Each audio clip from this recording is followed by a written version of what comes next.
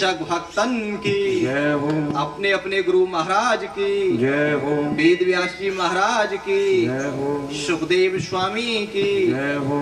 जय जय श्री राधे, जय जय श्री राधे, जय जय श्री राधे श्याम। आइए मन चित्त वाणी को पवित्र करते हुए चलते हैं हरि नाम संकीर्तन की ओर। हरे रामा राम राम हरे हरे, हरे राम राम राम हरे हरे, हरे राम राम राम हरे हरे।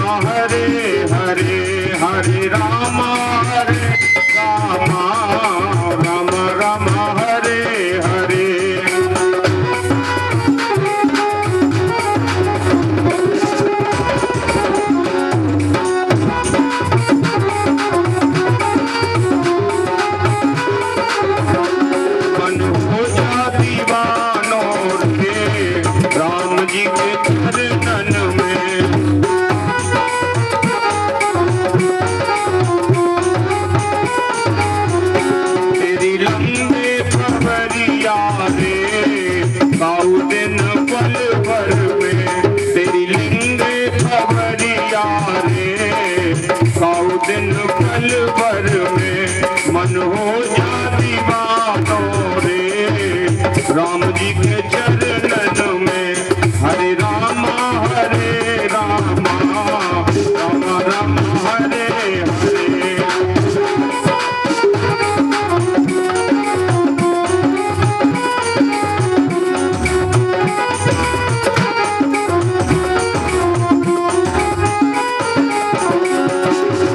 राम का नाम है अमृत प्याला, राम का नाम अमृत प्याला, पी करके इसे वन मत वाला, पी करके इसे वन मत वाला, सारा जीवन बिताना रे राम जी के चरणन में, मन हो जा दीवाना के राम जी के चरणन में।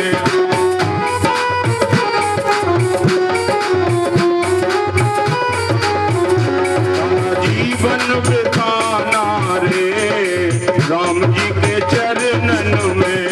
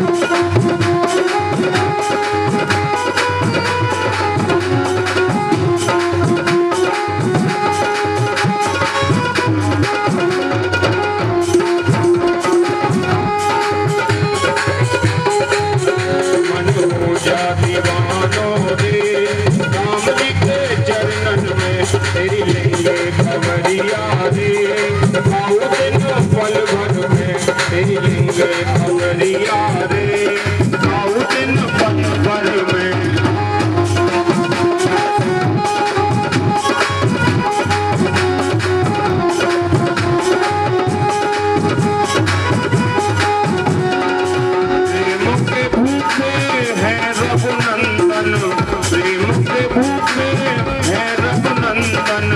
भक्ति के बस में है भव बंजन, भक्ति के बस में है भव बंजन, तू भी भक्ति बढ़ाना रे, राम जी के चरणन में तू भी भक्ति बढ़ाना रे, राम जी के चरणन में मन हो जाती मानो रे, राम जी के चरणन में तेरी लिंगे भक्तिया रे, आओ दिन पल भर में तेरी लिंगे खबरिया रे, आओ दिन पल भर में।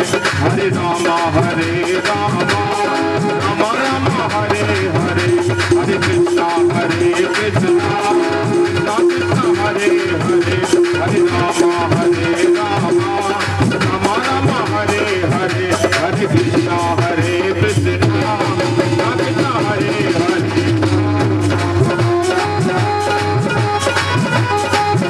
हरे कृष्णा कृष्णा कृष्णा हरे हरे।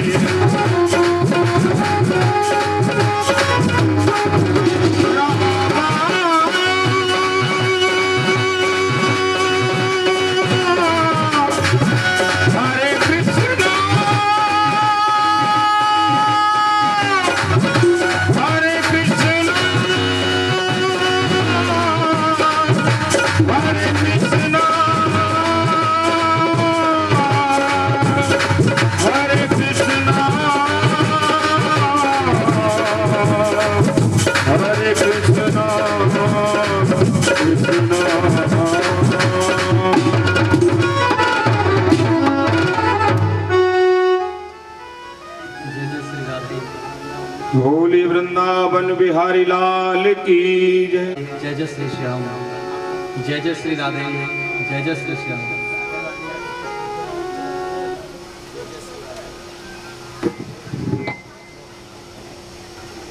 के चरणों में सादर नमन। सीता अनुसुईया सावित्री जैसे पतिव्रत धर्म के आंचल में पड़ने वाली भक्ति स्वरूपा मेरी माता बहनों के लिए जय जय श्री राधे, जय जय श्री श्याम। आप सभी के सहयोग से, बुजुर्गों का आशीर्वाद,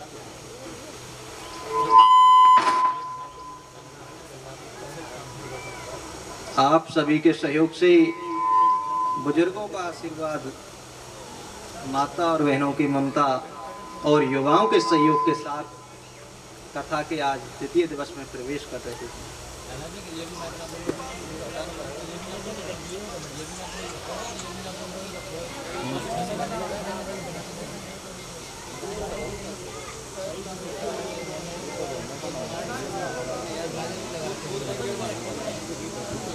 इसमें कर दे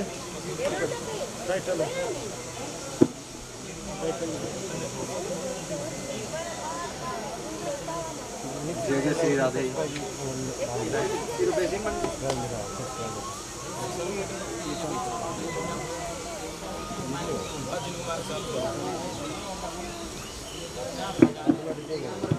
जय जय श्री राधे, जय जय श्री श्याम।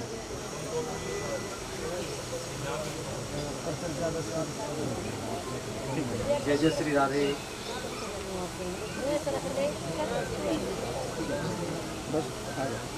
जय जय श्री राधे, जय जय श्री राधे, जय जय श्री श्याम। कर दे बेटा, चालू कर दे रे। जय जय श्री राधे, जय जय श्री श्याम। जय जय श्री राधे, जय जय का आनंद लें। बड़ी ही पावन कथाएं आज आपके मध्य आएंगे।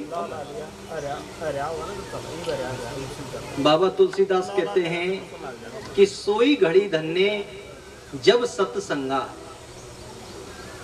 मनुष्य का समय वही धन्य है जिसमें वो परमात्मा की दिव्य कथा का पान करता हो, भगवान की चर्चाएं सुनता हो, भगवान के गुणान वादन करता हो, वही समय धन्य है। बाकी का खाना, कमाना, डांगरों के लिए सानी देना, ये तो व्यर्थ की जिंदगी है। समय तो वही धन्य है जो परमात्मा की चर्चा में गुजर जाए, जो परमात्मा के दिव्य दर्शन में गुजर जाए, वही धन्य, वही समय हमारा धन्य होता है। यही बात रामचरितमानस में और माता कौशल्या ने भगवान राम से कही कि राम, मैंने ये सुना है कि तू भगवान है। बोले नहीं मैया, मैं तो भगवान नहीं हूं, मैं तो तेरा बेटा हूं। बोले मैंने ऐसा सुना है कि तू भगवान है, और यदि तू भगवान हो ना तो मेरा एक काम कर देना कि जो दिन तुम्हें देखे बगैर मेरे गुजरे हैं, उनको ब्रह्मा मेरे जीवन की आयु में ना जोड़े। जो दिन गए तुम्हें बिन देखे, और ते ही ब्रंच जन पारे ही लेके। ब्रह्मा से मेरी थोड़ी सी सिफारिश कर देना कि जो दिन तुम्हें देखे बगैर चले गए हैं, उनको ब्रह्मा मेरे जीवन की आयु में नहीं जोड़े, क्योंकि वो तो सब बेकार की जिंदगी है। जो बिना गुरु की भक्ति के चली जाए, जो बिना परमात्मा की भक्ति के चली जाए, वो तो व्यर्थ की जिंदगी जीते हैं। वो तो हम अपना पेट पालने का धंधा करते हैं, और पेट तो जानवर भी पालते हैं। भूखा तो कोई रहता ही नहीं है। कोई कमाता है वो भी भूखा नहीं रहता, नहीं कमाता वो भी भूखा नहीं रहता। पेड़ तो अपना सभी बढ़ते हैं, लेकिन सार्थक जीवन तो वही है, सार्थक दिन तो तुम्हारे वही है जो परमात्मा की दिव्य लीला में गुजरे हो। एक बार किसी गांव में एक नई दुल्हन आई थी,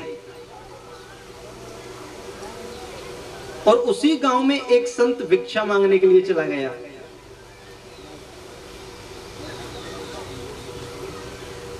संत भी जवान था, 25-30 साल का। अब जब संत भिक्षा लेने के लिए द्वार पर गया, तो उस बहू ने भिक्षा को नहीं डाला और उससे एक प्रश्न किया कि इतनी जल्दी क्यों?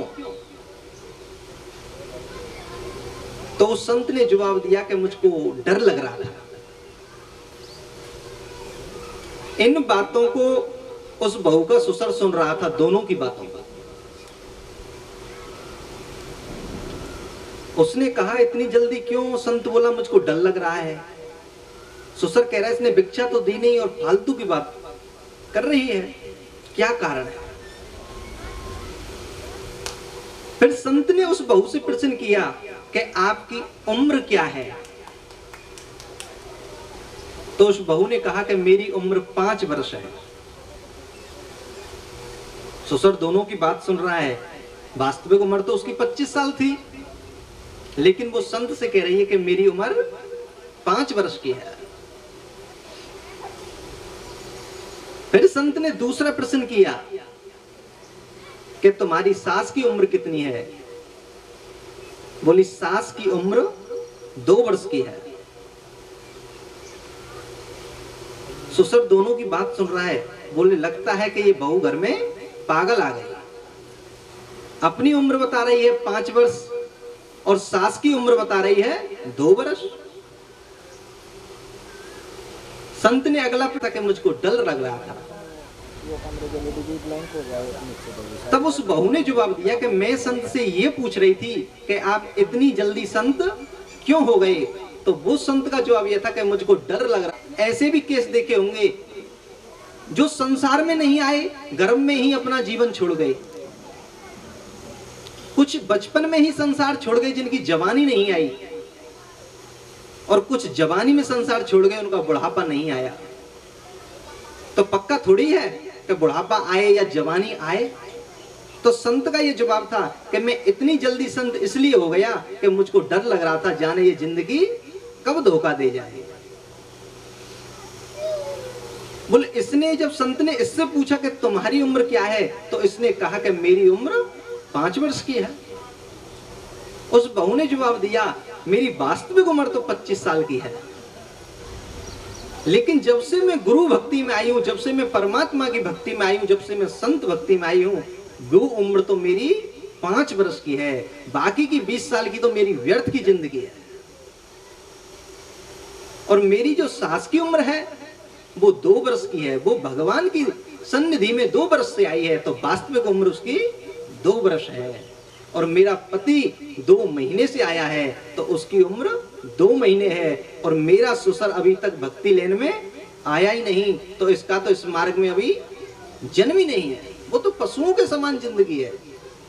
जो हम और भी कोई जिंदगी जीते हैं, वास्तविक दिन सुंदर जिंदगी जो परमात्मा से मिलाएगी, जो आने वाले हमारे अनंत जन्मों को सुधारेगी, वो तो परमात्मा की सन्निधि है।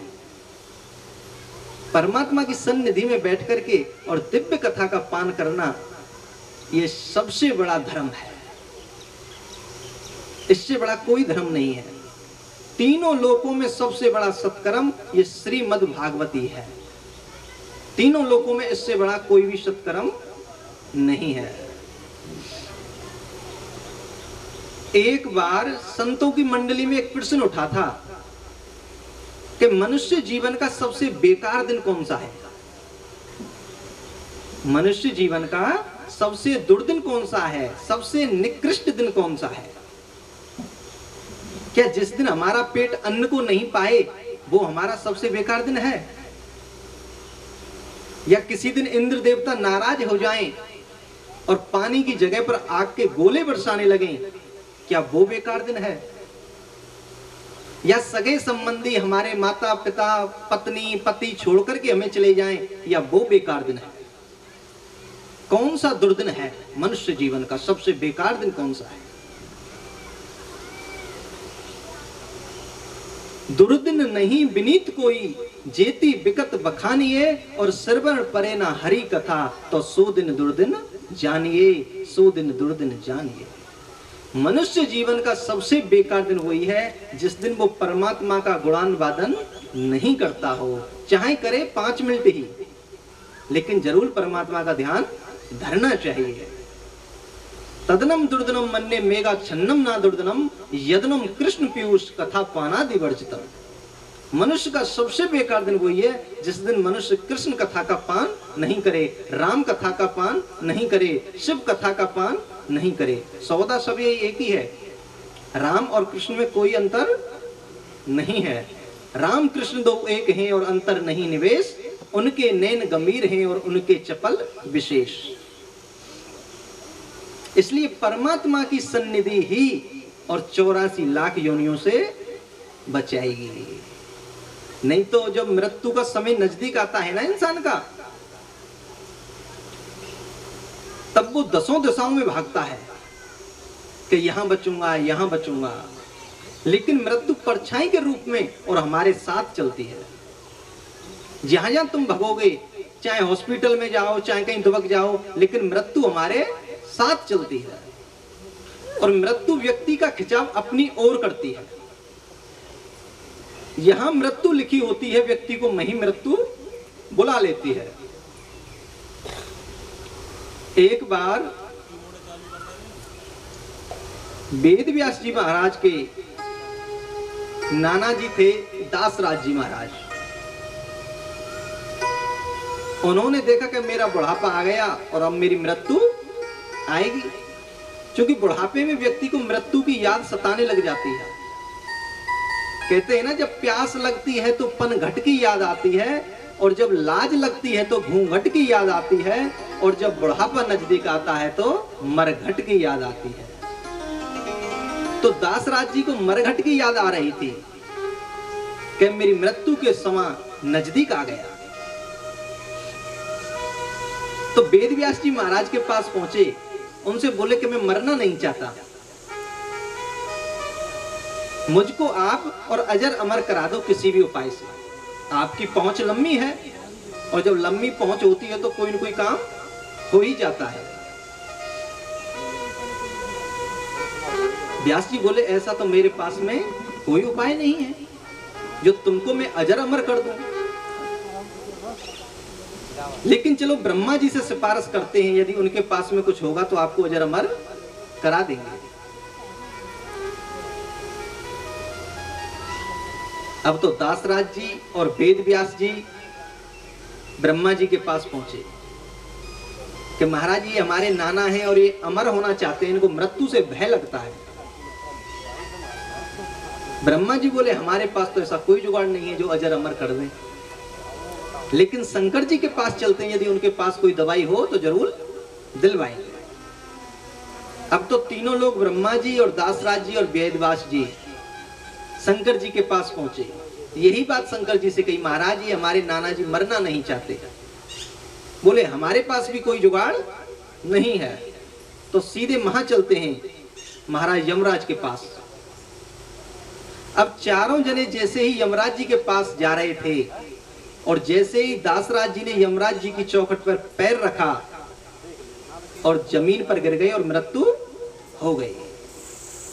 यमराज जी से बोले हम तो सिफारिश लेके आए थे कि ये अजर अमर हो जाएं। यमराज जी ने कहा यदि ये मेरी चौखट तक नहीं आता तो ये मरता ही नहीं, इसकी मृत्यु मेरी चौखट में तो लिखी थी और तुम तीनों लोगों के साथ लिखी थी कि तुम तीनों लोगों के साथ में दासराज जब मेरी चौखट पर आएगा तभी उसकी मृत्यु होगी। तो मृत्यु व्यक्ति को अपनी ओर खींचती है। जहां जिसकी मृत्यु लिखी होती है ना, किसी ना किसी बहाने से वो वहीं पहुंचेगा, चाहे बहाना कोई भी हो। कल आपने बड़ी सुंदर कथा सुनी नारद जी की।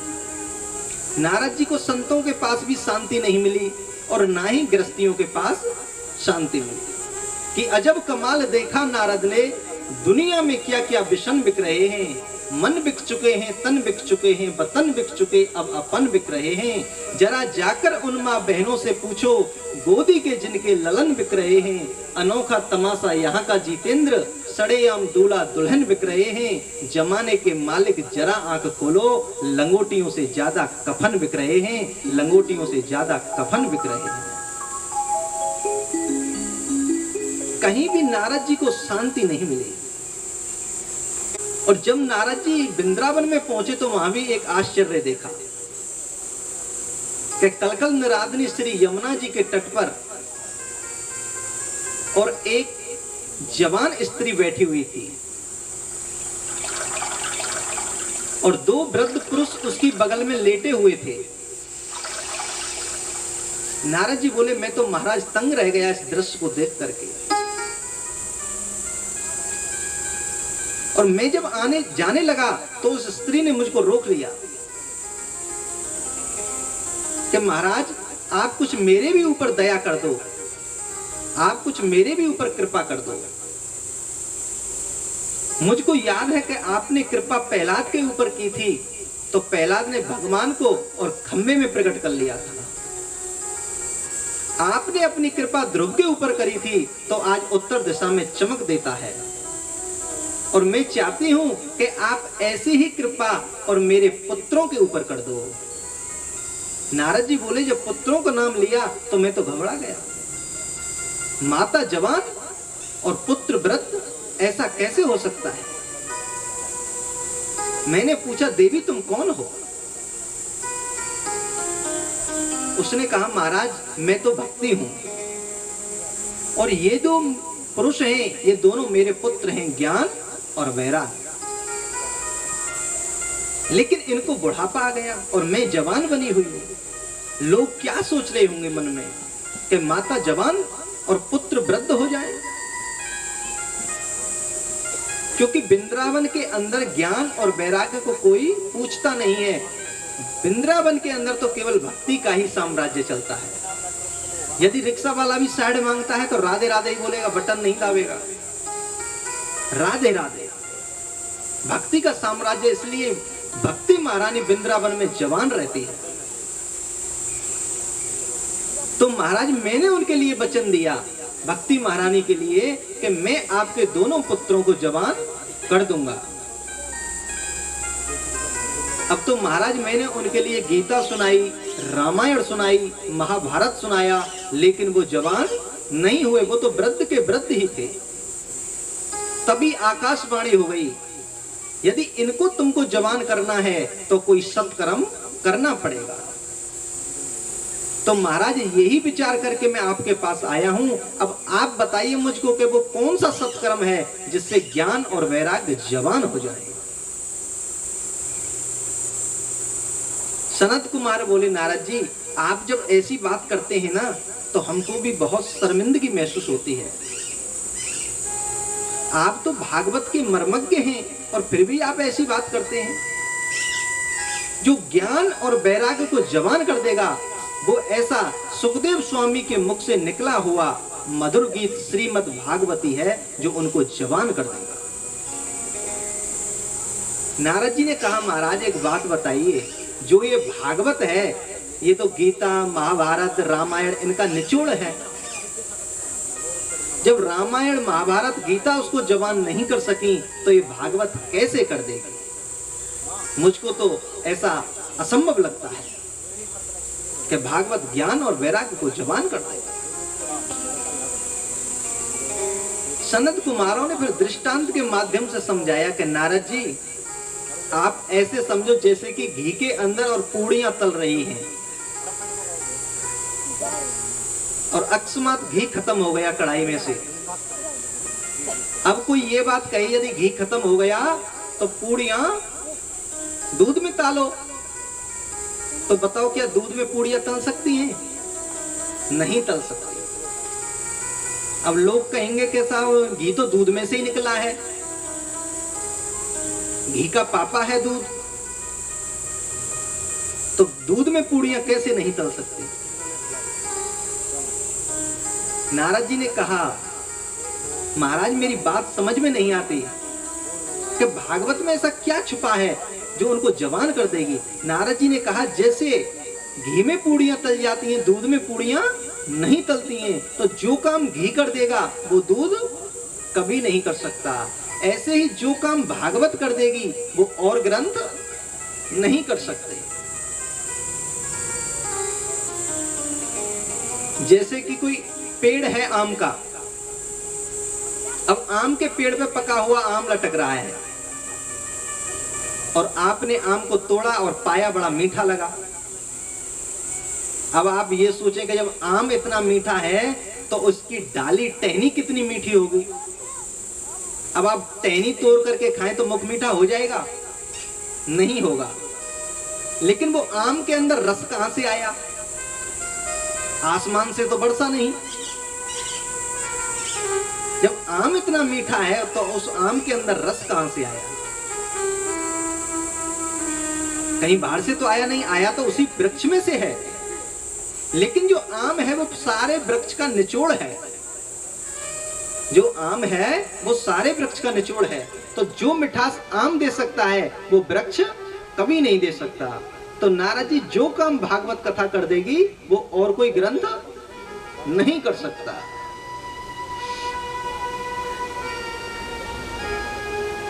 जैसे गन्ने के रस से शक्कर बनती है,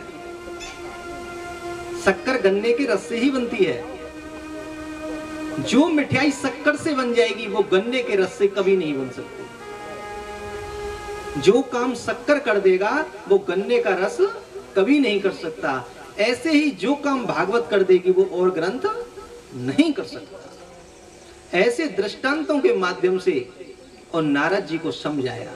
और जब जाकर के बात नारद जी की समझ में आई तब नारद जी ने कहा कि आज मैं ये भी समझ गया कि पढ़ लिख करके चाहे कोई कितना भी विद्वान हो जाए, लेकिन तुम जैसे संतों की संगत नहीं करेगा तो ज्ञान का रहस्य नहीं जान पाएगा। बिन सत्संग विवेक ना होई और राम कृपा बिन सुलभ ना सोई। बोल महाराज मुझे तो आपके ही मुख से अब ये कथा सुननी है, अब तो कथा को आप ही सुनाओगे।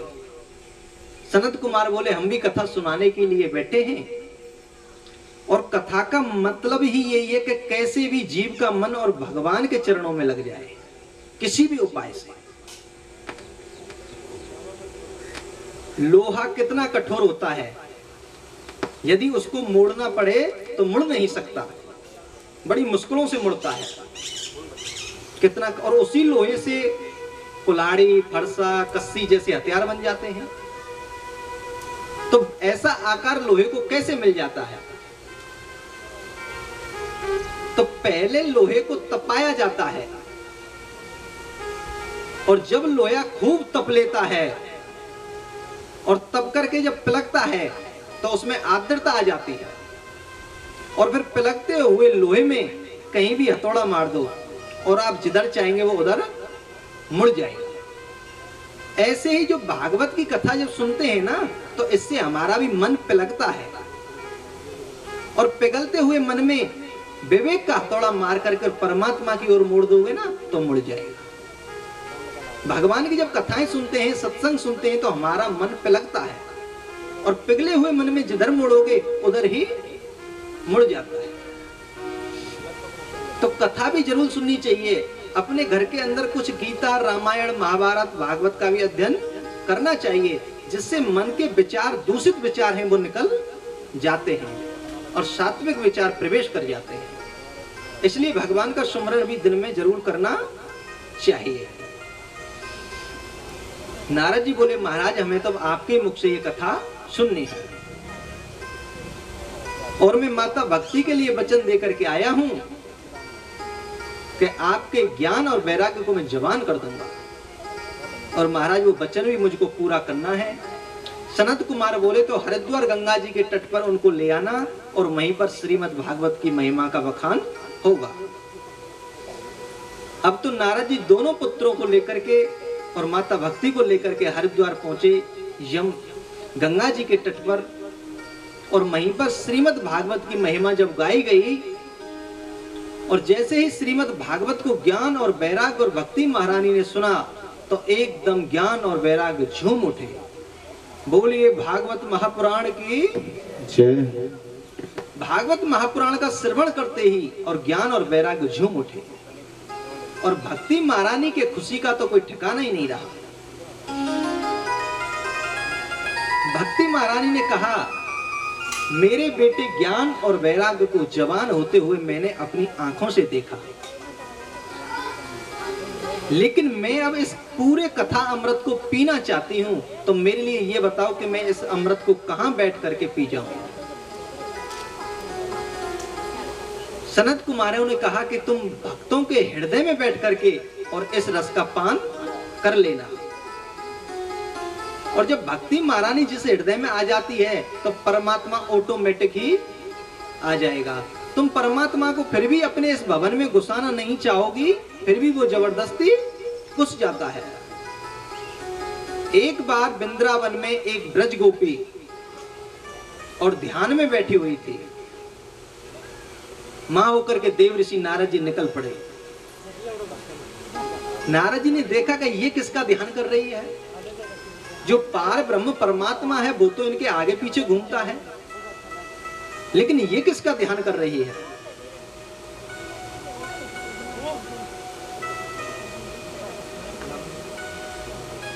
नारद जी ने कहा, देवी मैं जानना चाहता हूं कि आप किसका ध्यान कर रही हो। बोली, महाराज मैं तो किसी का ध्यान नहीं कर रही, मैं तो अपनी समस्या का समाधान ढूंढ रही हूं, और यदि आप कोई समाधान बताएं तो मैं समस्या आपके लिए भी सुना दूं। नारद जी बोले, आप समस्या बताइए, जरूर कोई ना कोई समाधान बताएंगे। तो ब्रज गोपी ने अपनी समस्या बताई कि महाराज कल की बात है कि मेरी सास बोली, बहू और तू गाय को दोहला, यानी कि गाय के नीचे से दूध निकाल ला। और जब महाराज मैं गाय को दोहने के लिए गई, और जैसे ही मैं गाय को धो रही, तो वहां पर नंद का लाला कृष्ण आ गया, और मुंह से बोलो, भाभी जब सगरी दूधे दोलेगी कि कछु मुंह को छोड़ेगी, मैं हूं भूखूं भाभी। तो मैंने कही, लाला तुम अपना मुख खोलो। अब तो कन्हैया ने अपना मुख खोल दिया, और मैं उसके मुख में दूध को दोहती गई। और जब मेरी सास चिल्लाई, अरे बहू तू कहा कर रही है, तेरे तो पूरा दूध धरती में दोह दियो।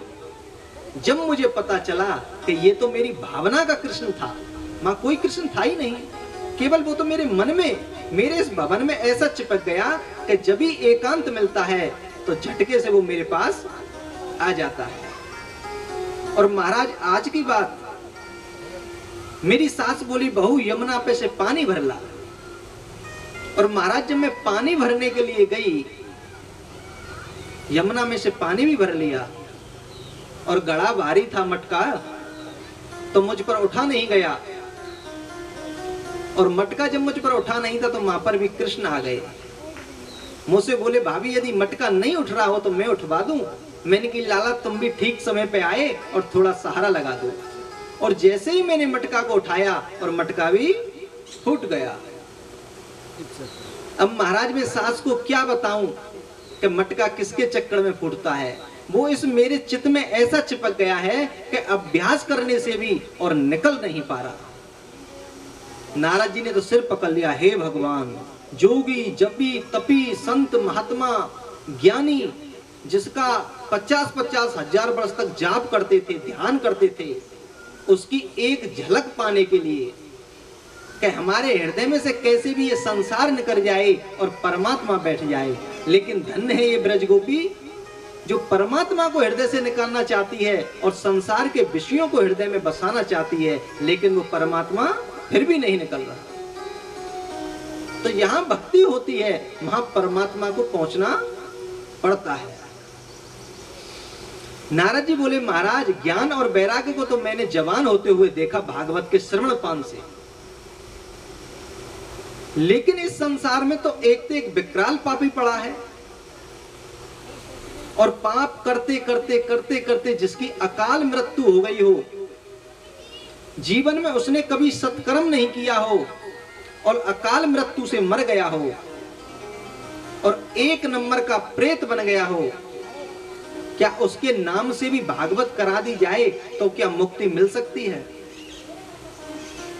यदि कोई अकाल मृत्यु से मर गया हो और चाहे भूत प्रेत जिंद कोई भी बन गया हो, यदि उसके नाम से भी भागवत करा दी जाए तो भी कल्याण हो जाता है। सनत कुमार बोले, इसी विषय में मैं तुम्हारे लिए एक बहुत सुंदर इतिहास सुनाता हूं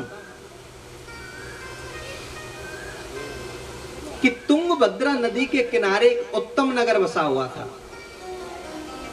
और उसमें एक पंडित जी रहते थे, नाम है पंडित जी आत्मदेव। अब पंडित जी तो बेचारे बड़े सीधे साधे थे, लेकिन पंडितानी बड़ी खतरनाक। जब तक दिन में 2-4 बार झगड़ा नहीं हो जाए तब तक उसके पेट का भोजन हजम नहीं होता। अब एक तो पंडित जी पंडितानी से परेशान और एक कोई उनके संतान भी नहीं हुई तो भी परेशान। पंडित जी के मन में विचार आया कि ऐसी जिंदगी बीच तो मर जाना ही अच्छा है। जब घर के अंदर कोई संतान है नहीं और इतना धन है, इतनी संपत्ति है, इसको कौन बरतेगा। पंडित जी ने खूब धन संपत्ति भी खर्च करी, यज्ञ अनुष्ठान किए कि कोई संतान हो जाए, लेकिन कोई संतान नहीं हुई। तो पंडित जी के मन के अंदर गिलानी आ गई कि इससे बीच तो मर जाना ही अच्छा है। और पंडित जी जंगल में चले गए मरने के लिए। और जब जंगल में गए तो पेड़ के नीचे बोले, पहले कुछ देर रो लेता हूं अपने बेटे की याद करके कि मेरे कोई संतान नहीं है। तो किसी वृक्ष के नीचे बैठ करके और पंडित जी रोने लग गए। अब मां होकर के कोई संत आ रहे थे, उन्होंने देखा कि माथे पर तिलक लगा है, चोटी रखी हुई है, कोई ब्राह्मण देव है और हो सकता है इसने सारा जीवन संसार के कार्यों में निकाल दिया हो और अब बुढ़ापे में इसको भगवान की याद सता रही हो, परमात्मा से मिलने के लिए यदि ये रो रहा हो तो इसके लिए कोई सटीक मार्ग बता देता हूं। संत जी ऐसा विचार करके और उस ब्राह्मण देव के पास पहुंच गए। बोले, ब्राह्मण देव क्यों दुखी होते हो, क्यों रोते हो, क्या कारण है? बोले, महाराज मुझ पर कोई भी संतान नहीं है। संत ने तो अपना माथा पकड़ लिया, हे भगवान, ये जंगल में भी संतान के लिए रोने के लिए आया है। बताओ, मैं तो ये समझ रहा था कि भगवान के लिए रो रहा होगा, तो ये बुढ़ापे में भी संतान के लिए रो रहा है। बोले, महाराज मेरे कोई संतान नहीं है और आप मेरे लिए कैसे भी संतान दे दो।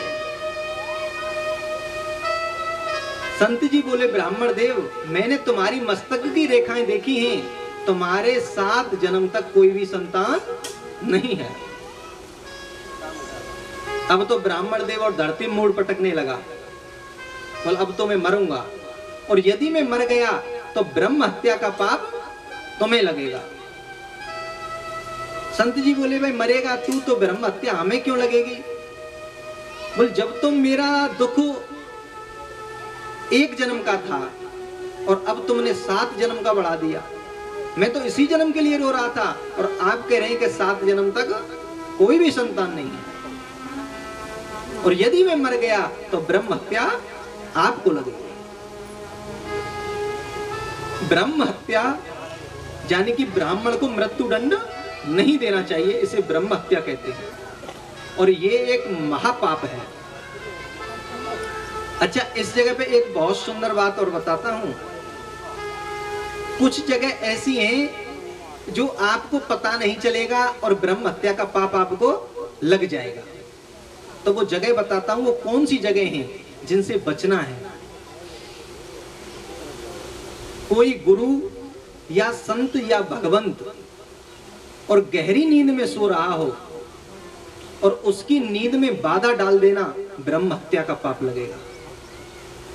आ रही है ना बात समझ में? अच्छा, मेरी भाषा को तो आप समझते होंगे ना?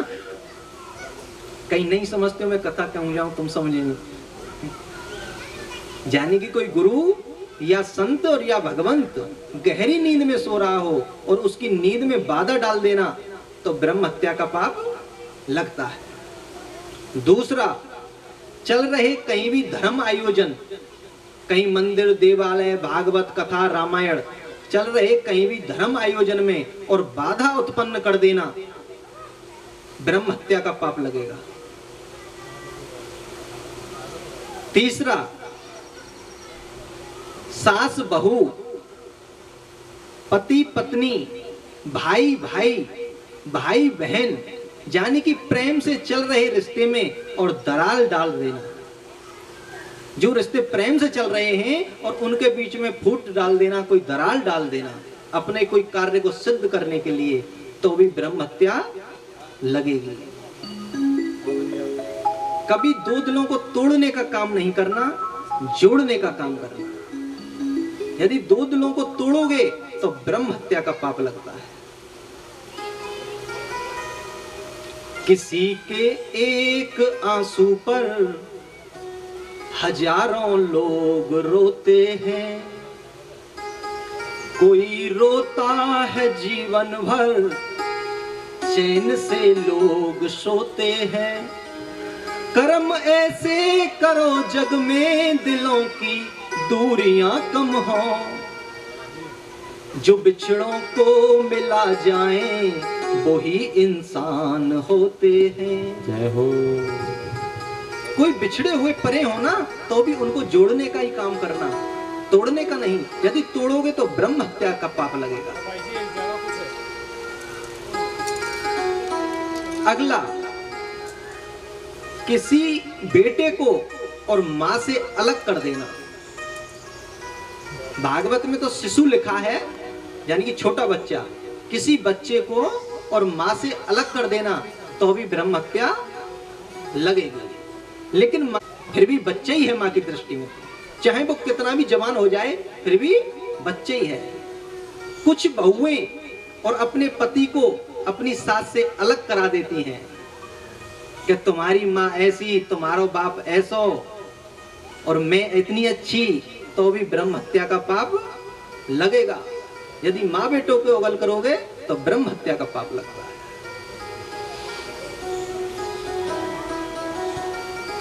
अब संत जी कह रहे हैं भाई ब्रह्म हत्या मुझको क्यों लगेगी? बोल आपने मेरा दुख 7 जन्म के लिए बढ़ा दिया, इसलिए आपको ब्रह्म हत्या लगेगी।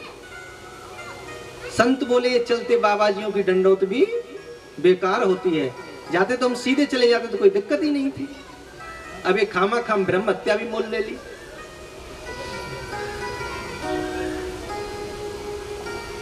एक बार एक किसान अपना खेत जोत रहा था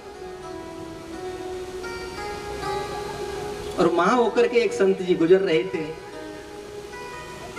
अब उस किसान ने देखा कि संत जा रहे हैं, तो उसने राधे श्याम सीताराम किया और उधर से संत जी ने आशीर्वाद दे दिया कि बेटा अपने फलों फूलों को आनंद लो।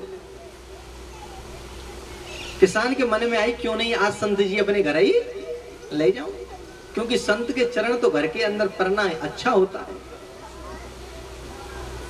यदि कोई संत तुम्हारे गांव में आ जाए, यदि कोई संत तुम्हारे गांव के मंदिर पर आ जाए या तुम्हारे गांव में आ जाए तो वो तुम्हारा सौभाग्य है। और यदि कोई संत तुम्हारे घर में आ जाए तो वो तुम्हारा परम सौभाग्य है। और यदि कोई संत तुम्हारे जीवन में आ जाए तो फिर वो कितना बड़ा सौभाग्य होगा आप सोचिए। तो उसने कहा कि क्यों नहीं आज संत को अपने घर ले जाओ, घर में संत के चरण पड़ेंगे, अच्छी सेवा करेंगे तो कुछ आशीर्वाद मिलेगा और अच्छा दक्षिणा पानी देके विदा करेंगे। बेचारा शुद्ध भावना से और अपने घर ले गया संत जी को कि महाराज आप तो धूनी, आप घर पे ही तपना।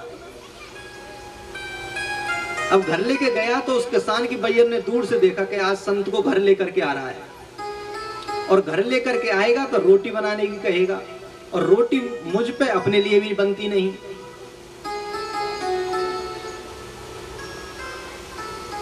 अब संत को घर लेके आया तो उसने घर आते ही आदेश दे दिया, देवी जी संत आए हैं और खाना तैयार करो। अब वो भी बड़ी चालाक बाने बड़ी युक्ति लगाई, आज संत लिया आए और कल का और लावेगा तो रोटी को वही झंझट होएगा। अब उसका एक बच्चा था 5 वर्ष का और उसको रसोई में ले गई। अब रसोई में ले जाकर के उस बच्चे में 2 तमाचे मार दिए। अब तो बच्चा रोने लगा। बच्चा रोने लगा तो पतिदेव आए, देवी क्यों रो रहा है? बोले मैं इससे कह रही हूं कि संत आए हैं और नमक खत्म हो गया है, दुकान पे से जाकर के नमक लिया। और बोला अरे देवी इसको क्यों मारती हो, नमक मैं ही ले आऊंगा। बोले तो तुम ले आओ। अब पतिदेव को तो भेज दिया नमक लेने के लिए, नमक तो घर के अंदर था। अब नमक के डिब्बे को लेकर के पहुंच गई संत के पास।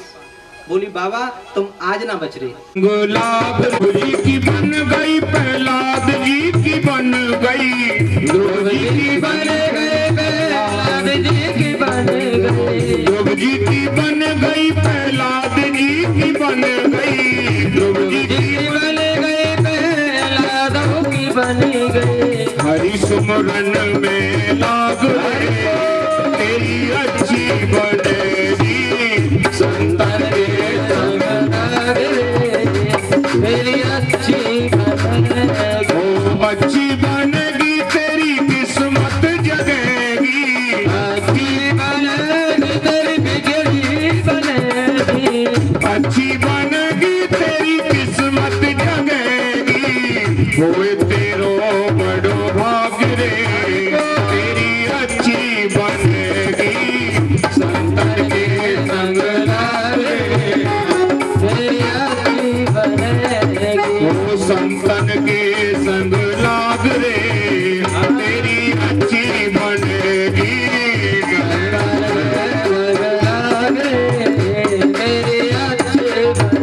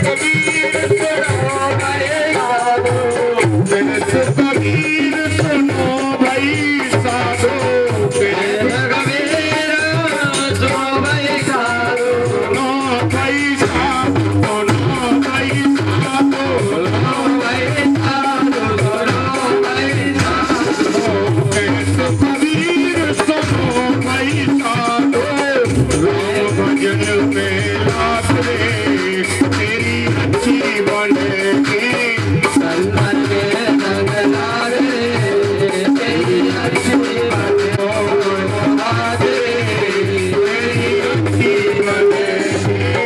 संतन के संग लाग रे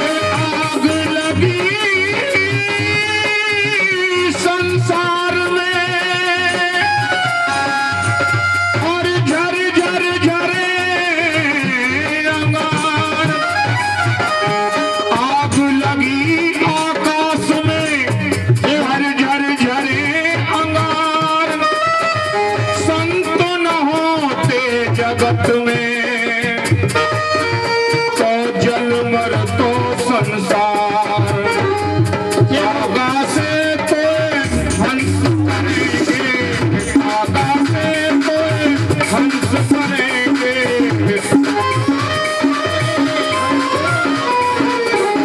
आगा से तो हंस करेंगे हरि सुमरन में गाल रे तेरी अच्छी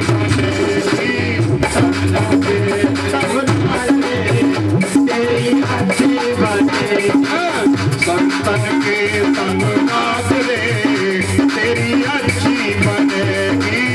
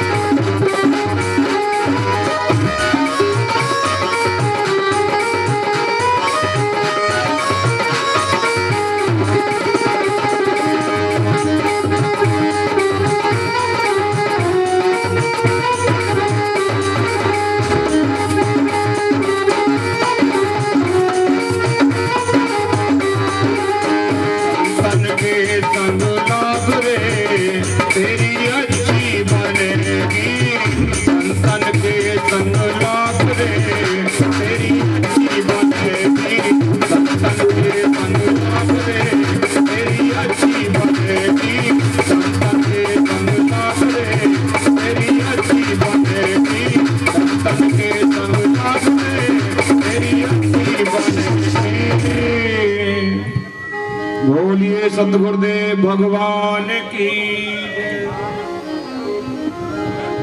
जय जय श्री राधे, जय जय श्री श्याम, जय जय श्री राधे,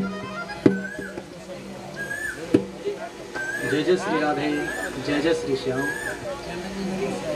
जय जय श्री राधे, जय जय श्री श्याम।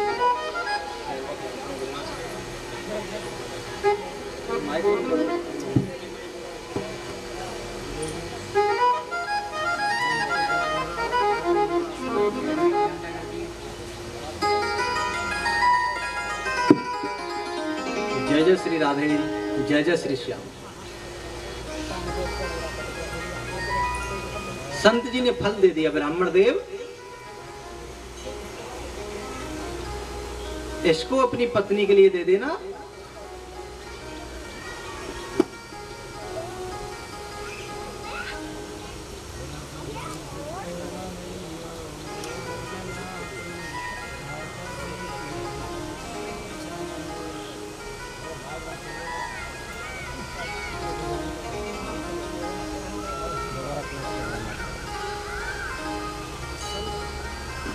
संत जी ने और फल दे दिया कि ब्राह्मण देव इसको अपनी पत्नी के लिए दे देना, और परमात्मा ने चाहा तो पुत्र हो जाएगा। अब तो ब्राह्मण देव को बड़ी खुशी हुई और खुशी में झूम उठे ब्राह्मण देव और घर आकर के दरवाजा बजाने लगे, अरे देवी दरवाजा खोलो, देवी दरवाजा खोलो। धुंधली ने आके दरवाजा खोला, लो तुम्हारे लिए बहुत सुंदर फल लाया हूं।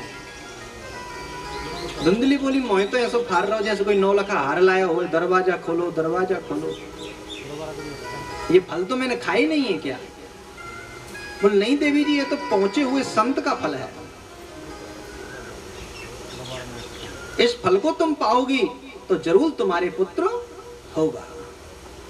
धुंधली ने उस फल को ले लिया और पंडित जी से कह दिया कि मैं उस फल को पालूंगा, और पंडित जी चले गए गांव। अब धुंधली चिंता में बैठी है, फल को तो मैं नहीं खाऊंगा। तब पड़ोसिन आ जाती है, उसकी पड़ोसिन बहन बोली, धुंधली कैसे चिंता में बैठी है? बोल क्या बताऊं, इस मेरे पति को कोई संत ने बहका दिया है और इस फल को दे गया है कि इसको खा लेगी तो बच्चा हो जाएगा। अब बता तू, फल खाने से बच्चा होता है तो मैंने कम से कम लाखों फल खा लिए, अभी तक तो एक भी हुआ नहीं। पड़ोसिन बोली, चल बच्चा नहीं होगा तो फल कोई नुकसान भी नहीं करेगा, और तू संत ने दिया है तो संत की परीक्षा भी हो जाएगी और फल को तू पाले। बोली चल तू कहती है तो मैं फल को पा लेती हूं, लेकिन मैंने एक बात सुनी है कि गर्भवती महिला और ज्यादा तेज भाग भी नहीं सकती है। बोली तो तुझको भागने की क्या जरूरत पड़ रही है? बोल हवाल घर में आग लग गई तो, एकदम डाकू आ गए तो भागना पड़ेगा। पड़ोसिन बोली, हे भगवान ये कैसी बात सोच रही है? मान गई ना घर में आग लग रही और ना डाकू आ रहे, तू फल है पाले। बोली चल तू कहती है तो मैं फल को पा लेती हूँ, लेकिन मैंने ये भी सुना है कि गर्भवती महिला ज्यादा काम भी नहीं कर सकती। बोले हाँ, काम नहीं होए तो तेरी नंद बुला लियो। बोले नंद को? बोले यार अब तो सगरो मामला साफ है, एक ढकोला बचो है। गांव वाले ने सब पाप बांट लियो बुराई निंदा कर करके, इसलिए किसी की निंदा बुराई नहीं करनी चाहिए। बोले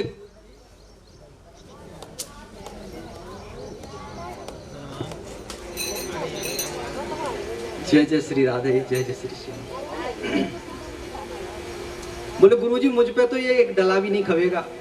बोले भाई ये तो तुझे अब खाना पड़ेगा, लेकिन भाई तेरे गांव में एक ऐसा आदमी है, उसने तेरी अभी तक कोई भी बुराई नहीं करी है। यदि बू और तेरी ने थोड़ी सी बुराई या निंदा कर दे तो यह ढकोला बू चाट जाएगा। बू और कैसो तेरी बुराई। अब तो गांव के सूचना लेके और महू पहुंच के गांव के कोने बेचारा कोई भगत भक्ति करे हो। बोल भगत जी तो मैंने सुनी है, माने फलाने ने ऐसा कर दिया हमारे गांव में। बान के भाई मेन बातन ते कोई सेंस ना है, दुनिया से अलग हूं और मौज में हूं मैं, अब ना किसी की चिंता और ना किसी की खोज में हूं मैं तो अब दुनिया से परे हूं, मैं तो दुनिया से अगल हूं। फिर गया गुरुजी के पास, गुरुजी देखना, बोल भाई अब ई एक ढकोला तो खानो पड़ेगा। तो इसलिए ये महाराज जी का यज्ञ चल रहा है, और जो भी दान देना चाहे वो महाराज जी के लिए दान लिखा दें। महाराज जी यहीं अंदर बैठे हुए हैं, जो भी अपना दान देना चाहे वो महाराज जी के लिए अपनी रसीद ले जाएं। तो दान ऐसा, क्योंकि दान कभी व्यर्थ जाता नहीं है, दान तो दिन दूना बढ़ता है। और कुछ दान ही ऐसे भी होते हैं, दान कभी जीवन में किया नहीं, घर वाली बोली ना दान तुम्हें करना पड़ेगा, 2-2 यज्ञ चल रहे दान तो दियो, तो किया है। मेरे भी गुप्त दान में 1 लाख रुपया लिख ले। अब गुप्त दान में 1 लाख रुपया लिख लिए। अब महाराज जी ने मांगे साहब देव रुपया भंडारे को समय आएगा, तो उसने चेक काट के दे दिया और साइन करे नहीं, नाम लिखा नहीं। बैंक में जाकर के चेक लगा दिया, बैंक वालों ने पैसे नहीं दिए, बोले इस पे नाम नहीं है। लौट करके आए, बोले भाई बैंक ने पैसा नहीं दिया, तुमने नाम नहीं लिखा।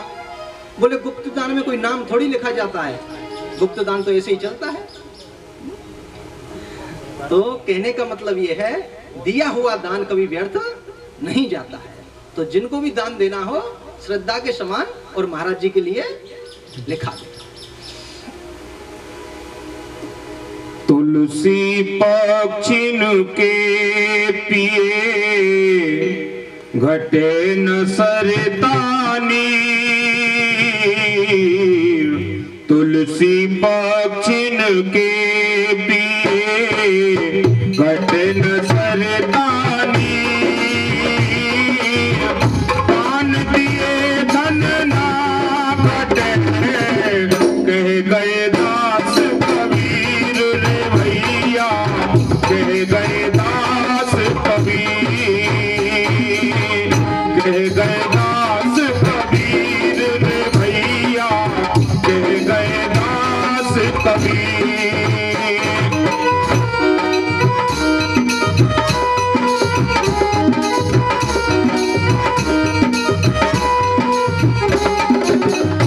ऐसी वाणी बोलिए मन का आपा खोए, ऐसी वाणी बोलिए मन का आपा खोए, औरन को शीतल करे, आप शीतल होए रवीरा, आप शीतल हो, आप शीतल हो। भाई जी कौन बोल रहा पीछे? आप शीतल हो।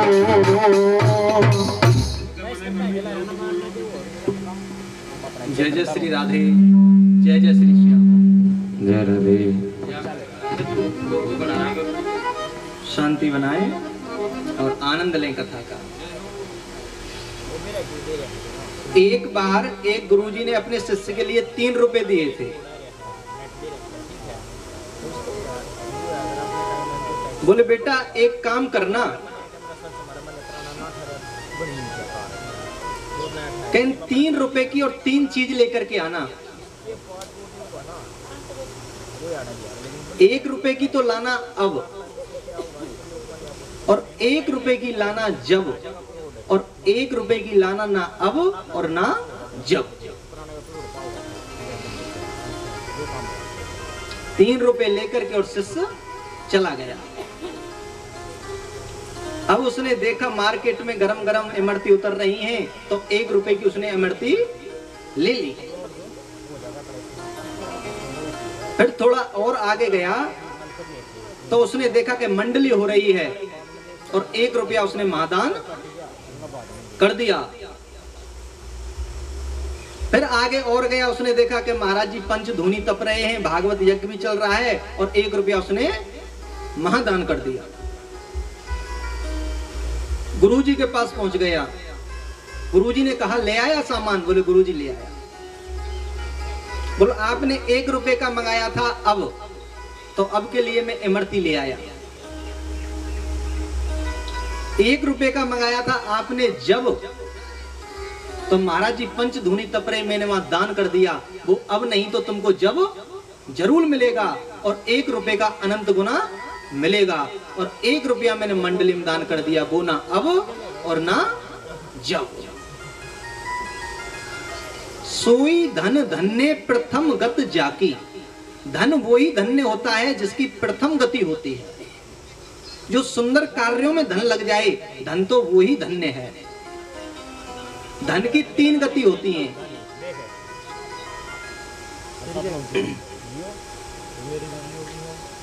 भोग, जैसे कि हमारे पास धन है तो जिससे अपने हम घर का कार्य चला रहे हैं, वो भोग में आ जाता धन, उस धन का हम भोग कर रहे हैं। एक होता है धर्म, जैसे कि धर्म कार्यों में धन लगा देना। सुई धन धन्य प्रथम गत जाकी। धर्म कार्यों में लगा देना ये धन की प्रथम गति है। अब जो भी इस पंचधूना में अपना धन खर्च कर रहे हैं, महाराज जी की तपस्या में या यज्ञ में कर रहे हैं, वो धन तुम्हारा सार्थक हो गया। और एक होता है नाश, जिसको गलत कार्यों में और नष्ट कर देना। तो सोई धन धन्य प्रथम गत जाकी। धन तुम्हारा वो धन्य हो जाता है जिसकी प्रथम गति हो जाती है। तो इसलिए जिस किसी को दान देना है, महाराज जी के पास नाम लिखा।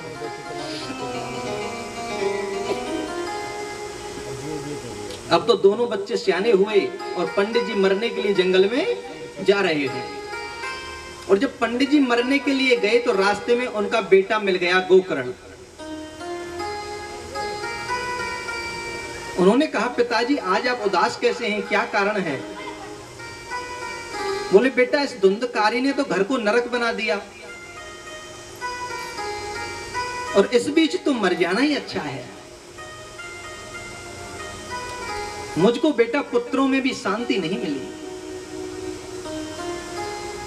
मैं तो इसके पीछे एक बार पहले भी मरने के लिए चला गया कि मुझ पे पुत्र नहीं हुआ, पुत्र नहीं हुआ, और आज हो गया तो आज मैं फिर भी दुखी हूं। गोकर्ण जी ने कहा, पिताजी यदि संतान से सुख मिलता तो उन जानवरों से पूछो, उनके तो हजारों दर्जनों संतान होती है, उनके वो कितने सुखी हैं। संतान में सुख नहीं है पिताजी। यदि तुमको सुख चाहिए तो परमात्मा के चरणों में अपने मन को लगा दो। ये जो हमारी देह है, ये पंच भौतिक शरीर है, ये 5 पंचों की है, ये 5 पंचों की धर्मशाला है। और इस धर्मशाला के अंदर हम रह रहे हैं। अब हम कब तक रह रहे हैं? जब तक 5 पंच इसको खाली नहीं करवा रहे। छित जल पावक गगन समीरा और पंच रचत अति अधम शरीरा। वो जिस दिन साथ छोड़ देंगे उसी दिन धर्मशाला खाली। जब तक हमारे अंदर राम बैठा है, हम तब तक ही कथा बोल पा रहे हैं और तब तक ही आप।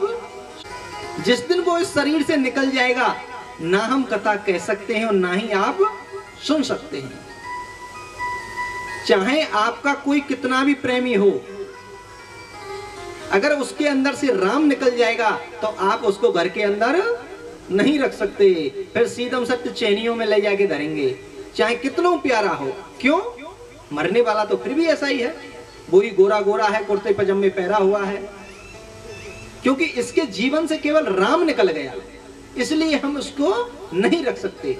तो जब तक हमारे अंदर राम बैठा है, जब तक हमारे अंदर कृष्ण बैठा है, तब तक ही हम लंबरदार, हवलदार, जज, मिनिस्टर जो कुछ हैं उसी की ही कृपा से हैं। और जिस दिन वो निकल जाएगा उसी दिन खेल खत्म।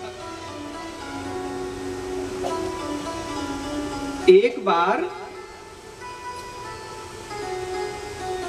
रसगुल्ला और कांचों की दुकान में सजा बैठा था। ऊपर पंखा चल रहा है, कोई मच्छी भी उसको टच नहीं कर पा रही है। आने जाने वाला लोग भी लालायत है कि कैसे भी ये रसगुल्ला मिल जाए। और एक व्यक्ति उसी दुकान में चीनी की बोरियों को ला रहा और ऊपर से ही पटक रहा। उसी गोदाम में चीनी के कट्टे कमर पर रख के लाए और ऊपर से ही पटक दे।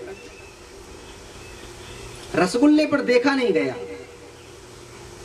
और रसगुल्ला चीनी से बोला, चीनी तेरी इतनी दूर दशा, लोग तुझको लाते हैं और ऊपर से ही डाल देते हैं, लाते हैं और ऊपर से ही डाल देते हैं। और एक मेरी भी जिंदगी देख, मैं कांचों में सजा बैठा हूं मक्खी तक भी मुझे पाने के लिए लालायत है। आने जाने वाला लोग भी ये कह रहा है कैसे भी रसगुल्ला मिल जाए। एसी में बैठा हूं, मुझको कोई टच भी नहीं कर सकता। मेरी भी जिंदगी देख और एक तेरी जिंदगी देख। चीनी ने बहुत प्यारी बात कही। चीनी ने कही, रसगुल्ले जब तक तेरे अंदर मैं हूं तू तभी तक रसगुल्ला है। जिस दिन तेरे अंदर से मैं निकल जाऊंगी उस दिन रसगुल्ला नहीं केवल गुल्ला रह जाएगा और रोड पर फेंक दिया जाएगा।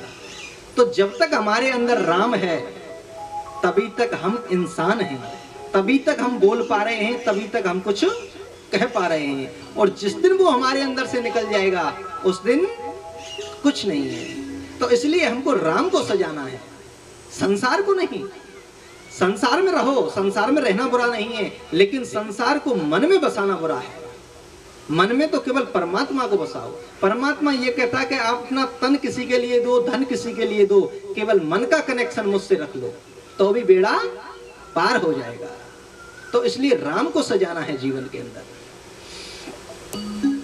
पिताजी अब स्टेशन नजदीक है तुम्हारा, परमात्मा की शरण में जाओ। जिंदगी हम सफर में है और कट रहा है रास्ता। हम सफर तो हैं मगर और मंजिलें हैं जुदा जुदा, मंजिलें हैं जुदा जुदा। पिताजी मंजिल तो सबकी अलग अलग है। जैसे हम किसी ट्रेन में सफर कर रहे हैं, अब ट्रेन में अनेक यात्री मिलते हैं, सभी से मुलाकात भी हो जाती है और दोस्त भी बन जाते हैं ट्रेन में। लेकिन किसी का स्टेशन अब और किसी का स्टेशन जब, किसी का 10 मिनट पहले तो किसी का 10 मिनट बाद। और स्टेशन आना जरूरी है, स्टेशन तो पक्का आएगा। अब हम बातों में लगे रहे और स्टेशन पर उतरने का ध्यान नहीं रहा तो फिर काले कोट वाला टीटी आता है और धक्के दे करके उतारता है। तो ऐसी दुर्दशा नहीं हो। जब मृत्यु का स्टेशन नजदीक आने वाला हो तो फिर आदमी को समझ जाना चाहिए कि अब मृत्यु का स्टेशन नजदीक है और उतरने की तैयारी कर लेनी चाहिए। मृत्यु स्टेशन का मतलब यह है, अब आपने देख लिया कि अब समय ज्यादा नहीं रहा तो फिर संसार को नाम मन में बसाते हुए और परमात्मा के सानिध्य में डूब जाना चाहिए, क्योंकि अब मृत्यु का समय नजदीक है। पिताजी यदि अब तुमको अपना बेड़ा पार करना है ना तो आप परमात्मा की शरण चले जाइए, क्योंकि वही तुम्हारी अब नैया को पार लगाएंगे और कोई उपाय नहीं है। क्योंकि अब मृत्यु का समय भी तुम्हारा नजदीक है। और आत्म देवी तो जंगल में जाकर के परमात्मा का भजन करने लगे। अब तो धुंधकारी भी फ्री हो गया। अब पिताजी रहे नहीं, अब मां को पकड़ लिया।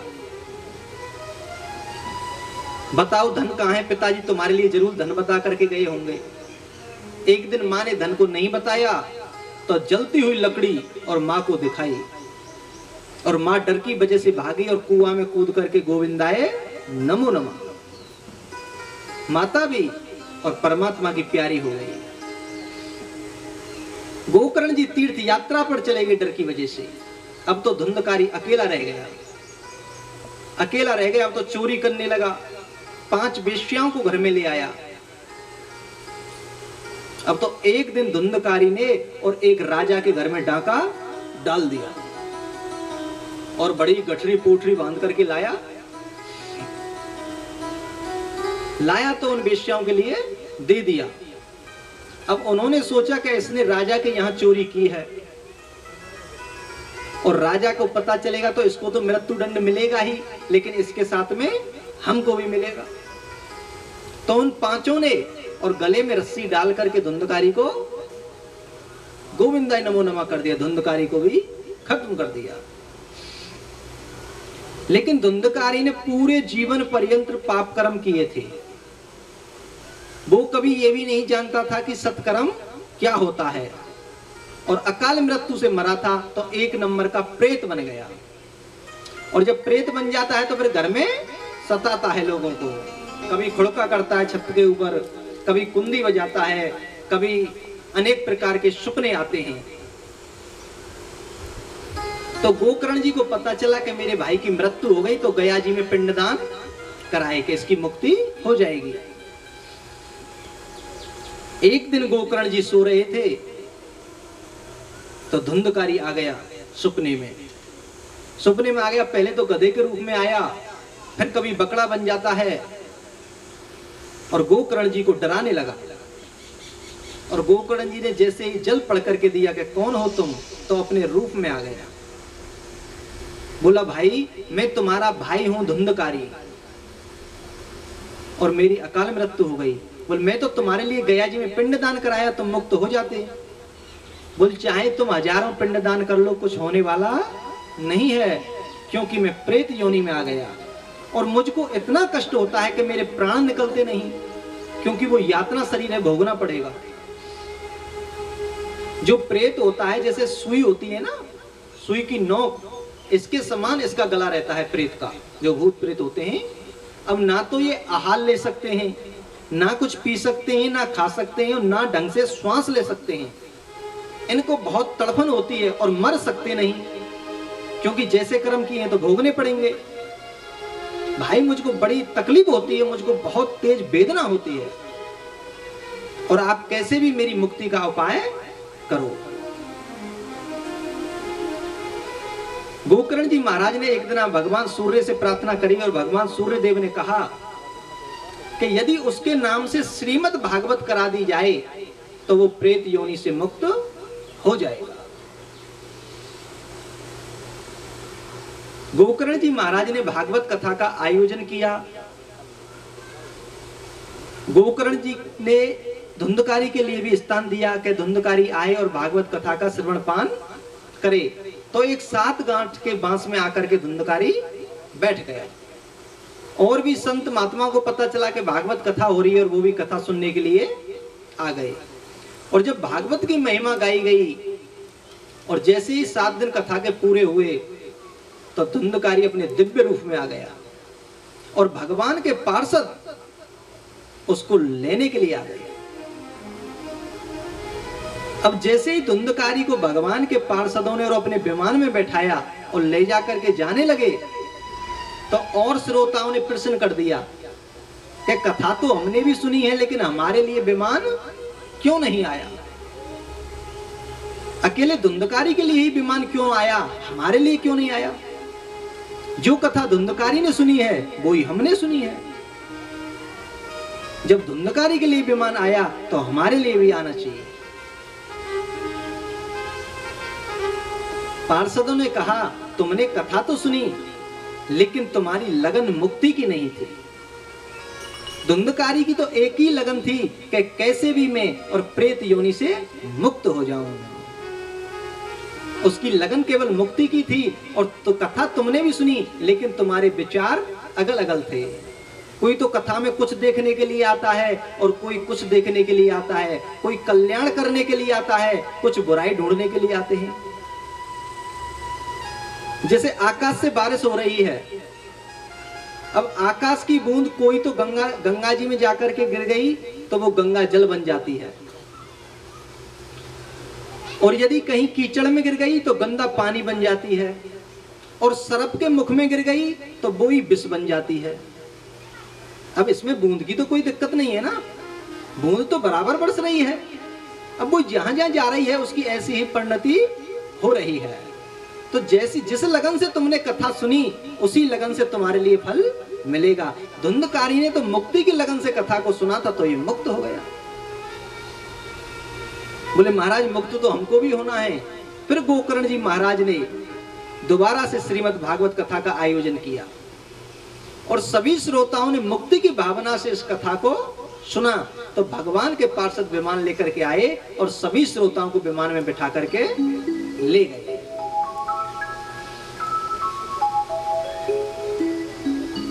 नारद जी बोले महाराज मैं एक बात और जानना चाहता हूं कि इस कथा सुनने के नियम क्या हैं? क्या निराहार लेकर के कथा सुने या फलहार लेकर के सुने या दूध आहार लेकर के सुने, क्या नियम है? सनत कुमार बोले देखो कथा को निराहार लेकर के सुनना चाहिए। बोले महाराज निराहार रहेंगे, कुछ खाएंगे नहीं तो कथा नहीं सुनी जाएगी। बोले तो फिर ऐसा कर लेना, घी पी करके कथा सुन लो। बोले महाराज ये भी असंभव है, तो फिर दूध पी करके कथा को सुनना चाहिए। बोले महाराज कलयुग में तो ये भी कठिन है। बोले तो फिर फल आहार ले लेना और कथा को सुन लेना। बोले महाराज ऐसा भी नहीं हो सकता। तो सनत कुमारों ने कहा कि चाहे तुम 4 टाइम भोजन करो, लेकिन कथा सुनने में मन लगना चाहिए। कथा सुनने का कोई भी पाबंद नहीं है और कथा सुनने का कोई भी नियम नहीं है। नियम केवल एक ही है, कथा में मन लगना चाहिए। तुम्हारा मन किसी भी प्रकार से और परमात्मा के चरणों में लग जाए, केवल कथा का नियम यह है। अब सनत कुमारों के मन में एक विचार आया, शौनकादिक ऋषियों के मन में एक विचार आया और सूत जी से बोले कि भक्ति ज्ञान वैराग्य को भी मुक्त होते हुए हमने देखा, वो भी जमान हो गए, और धुंधकारी भी मुक्त हो गया प्रेत योनि से। लेकिन अब हमारा आपसे कुछ पूछने का मन और है। हमारे पास में कुछ प्रश्न हैं और हम इनका जवाब जानना चाहते हैं और बड़े ही श्रद्धा से और बड़े ही जिज्ञासा से आपसे पूछना चाहते हैं।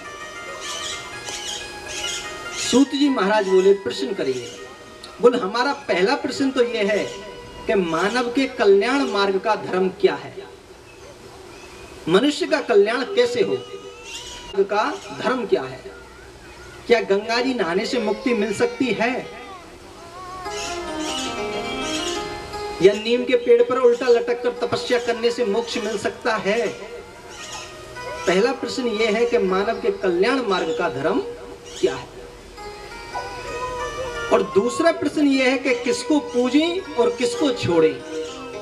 कौन एक देव ऐसा है जिसके पूजने से और सभी की पूजा हो जाए। ऐसा कोई एक देव बताओ जिसको एक को पूजने से ही और सभी की पूजा हो जाती है।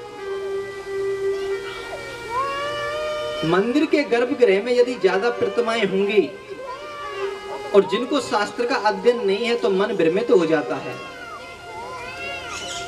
एक मैया थी और 1 लोटा जल ले आई और 4 बतासे ले आई, प्रसाद चनौरी बोलते हैं। अब तो थोड़ा जल भगवान शंकर को चढ़ाया और वहां भी थोड़ा प्रसाद रख दिया, थोड़ा हनुमान जी पर जल चढ़ाया वहां भी प्रसाद रख दिया, थोड़ा राम दरबार में जल चढ़ाया वहां भी प्रसाद रख दिया। अब हुआ ऐसा, प्रसाद भी खत्म और जल भी खत्म और देवता रह गए 4 बाकी। अब वो घर लौट के जा रही तो यही बात सोच रही कि राम जी तो मेरी तरफ देखते ही रह गए कि हमारे लिए तो ना जल और ना प्रसाद, और ना माँ दुर्गा के लिए कुछ चढ़ाया, ना जल ही और ना प्रसाद ही।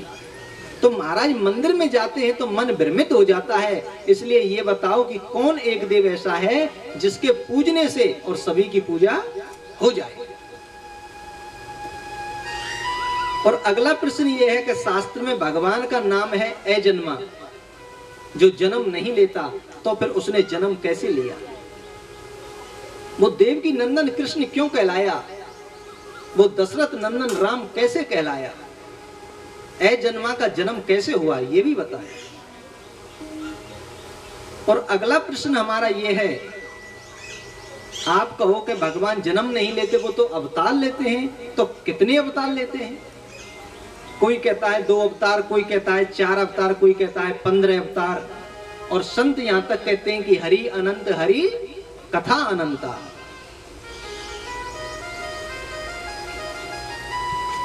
और अगला प्रश्न ये है गुरुजी के गागर में ही सागर भर देना। उस समय तो समय काफी था, लेकिन उन्होंने आज के हिसाब से कहा था कि कलयुग में कथा सुनने के लिए लोगों के पास समय नहीं रहेगा। और यहां से आगे जब घोर कलयुग आएगा ना, जैसे अब कथा 7 दिन की चलती है, जब 7 मिनट के लिए भी समय नहीं रहेगा धर्म कार्यों के लिए। अभी तो कलयुग की स्टार्टिंग हुई है, 4,32,000 वर्ष का कलयुग है।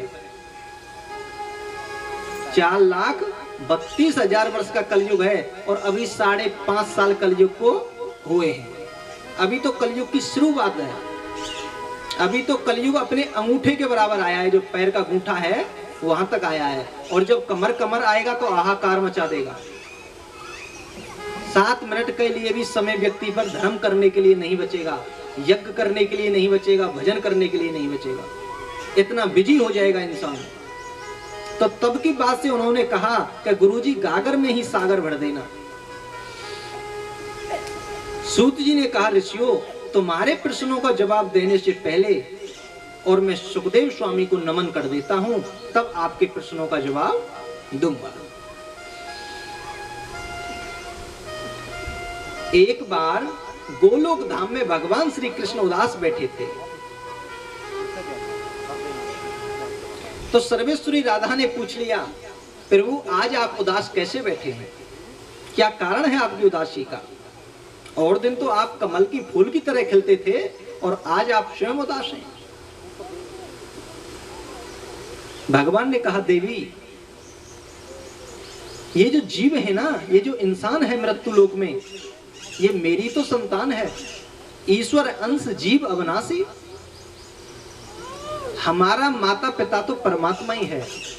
अब यहाँ के जो माता पिता हैं ये तो केवल चमड़ी के माता पिता हैं और 60-70 साल के लिए माता पिता हैं। जो आत्मा का माता पिता है वो तो परमात्मा ही है, और एकाध जन्म का नहीं, जन्म जन्मांतरों का माता पिता है। तो भगवान कह रहे हैं, देवी ये मेरी संतान जो है ये पाप कर्म कर रही है और अब ये 84 लाख योनियों से निकल करके गई है और फिर ये बेकार कर्म कर रही है और इसको फिर नरक में आना पड़ेगा। तो मैं ये चाह रहा हूं देवी कि किसी भी उपाय से और ये सत्कर्म करने लग जाएं और ये अपना मोक्ष पाले। देवी ये मेरी संतान है और जब ये कहीं गलत जगह जाएंगे तो दुख मुझको होता है। राधा जी ने कहा, तो आपने कोई उपाय नहीं सोचा अपनी संतान के लिए? बोल, हमने एक उपाय सोचा है कि तुम्हारी गोदी में जो ये सुख खेलता है ना, सुख बोलते हैं तोते को, ये जो तोता है और ये मृत्यु लोक जाए और वहां जाकर के जन जन में हमारी कथाओं का गायन करे तो लोगों को अपने सत्कर्म का एहसास होगा और वे अपना मोक्ष पा लेंगे। राधा जी ने कहा, तो महाराज भेज दो। तो सुख से राधा जी ने कहा कि सुख तुम मृत्यु लोक जाओ और वहां जाकर के जन जन में हमारी कथाओं का गायन करो। तोता बोला, मैं तो नहीं जाऊंगा लाडली आपको छोड़ करके, क्योंकि ये विष्णु की माया बड़ी विचित्र है, संसार में जाते ही पकड़ लेती है। यदि हाँ परमात्मा मुझसे ये कहे कि मेरी माया तुम्हें नहीं सताएगी तो मैं मृत्यु लोक जा सकता हूं। भगवान ने वचन दिया, मेरा आशीर्वाद है, तुमको मेरी माया नहीं सताएगी और आप मृत्यु लोक जाइए। तो एक सुख पक्षिणी के गर्भ से, यानी कि तोती के गर्भ से और एक अंडे के रूप में भगवान शंकर के आश्रम पर प्रकट हो गए। भगवान शंकर समाधि में बैठे हुए हैं अमरनाथ आश्रम पर और नारद जी पहुंच जाते हैं। नारद जी ने देखा कि भगवान शंकर तो समाधि में हैं और माता पार्वती से मुलाकात हो गई। माता पार्वती ने कहा, आओ, और बहुत दिना में आए हो महाराज, आते रहा करो, संतों के दर्शन तो बड़े अच्छे होते हैं। नारद जी बोले, देवी अब हमने आना जाना छोड़ दिया है, क्योंकि अब लोगों में प्रेम नहीं रहा और इंसान की भी बात छोड़ो, अब पति पत्नी में भी प्रेम नहीं रहा, तो इसलिए आना जाना बंद कर रखा है। माता जी बोली, हमसे तो भोले जी बहुत प्रेम करते हैं, दिल की सारी बात मेरे लिए बता देते हैं। जो गुरु मंत्र होता है, गुरु जो मंत्र देता है वो किसी के लिए नहीं बताया जाता, लेकिन उस तक को भी मेरे लिए बता देते हैं, इतना प्रेम करते हैं। नारद जी बोले, तो तुम्हारे लिए ये भी बताया होगा कि उनके गले में जो नरमुंडों की माला है वो किसकी है? बोले, ये बात तो अभी तक नहीं बताई। नारद जी बोले, तो क्या प्रेम करते हैं जब ये बात अभी तक नहीं बताई? ये नरमुंड किसके पड़े हैं गले में? और देवी तुम्हारी मर्जी, जैसा रहो वैसा रहना, मैं तो चला। अब नारद जी तो आ गए। इधर भगवान शंकर की समाधि टूटी और माता पार्वती के पास गए तो माता जी क्रोध में बैठी हुई हैं। शंकर जी बोले, देवी आज तुम्हारी आंखें लाल कैसे हो रही हैं? बोली मेरी आंख तो आज नारद जी ने आकर के खोली है। शंकर जी बोले आंख तुम्हारी नारद ज्यादा खुल गई। बोल तुम मुझसे कहते हैं कि मैं तुमसे बहुत प्रेम करता हूं और तुमने ये बात आज तक नहीं बताई कि गले में जो नरमुन्नों की माला है ये किसकी है। शंकर जी बोले देवी ये तो अमर कथा का प्रभाव है, ये तो भागवत कथा का प्रभाव है। बोले महाराज तो वो भागवत कथा तो मुझको भी सुनाओ। देवी जब तुम अपनी देह का त्याग कर देती हो ना तब तुम्हारी याददाश्ती के लिए और मैं तुम्हारे सिर को और इसमें प्रो करके धारण करके रखता हूं। माता जी बोली तुम मुझे मार देते हो और आप कभी मरते नहीं हो। बोले देवी मैंने अमर कथा का पान कर रखा है। बोलिए अमर कथा तो मैं भी सुनूंगी। अब भगवान शंकर माता पार्वती को और कथा सुनाने के लिए बैठ जाते हैं। बोले पहले एक बार आश्रम के चारों ओर देख करके आओ, कोई छुप करके तो कथा नहीं सुन रहा और व्यास मंच के पीछे बैठ करके भी कथा नहीं सुनते हैं। तो भगवान शंकर ने भी डमरू बजा दिया और माता भी दिखाई कि कोई नहीं है। अब जो अंडा था वो हवा से और फूट गया और छोटा सा पक्षी उसमें बन गया। अब जब भगवान शंकर अमर कथा माता पार्वती के लिए सुना रहे थे तो सुनते सुनते सुनते सुनते और तीसरे दिन माता पार्वती को नींद आ गई, क्योंकि तुलसी पूर्व जन्म से और हर चर्चा ना सुहाए, के सोवे के लड़ मरे और के घर को भग जाए।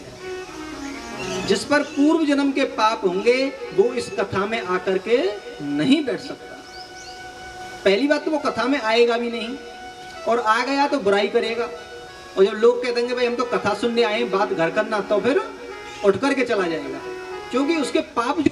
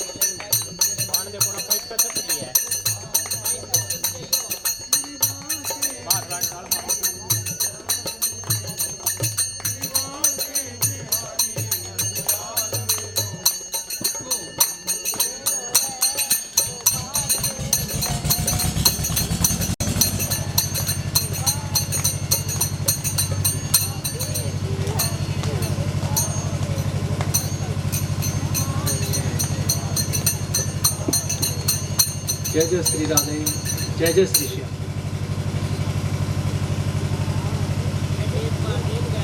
कथा को सुनते सुनते माता पार्वती को नींद आ गई, क्योंकि तुलसी पूर्व जन्म से हरि चर्चा न सुहाए, के सोवे के लड़ मरे और के घर को भग जाए। जिस पर पाप कर्म होंगे वो इस कथा में आकर के नहीं बैठ सकता।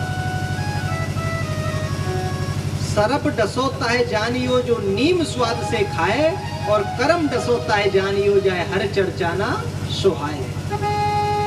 किसी व्यक्ति को सरप काट गया हो तो उसको नीम में मिठास लगेगी, नीम उसको मीठा लगेगा, ये पक्की पहचान है।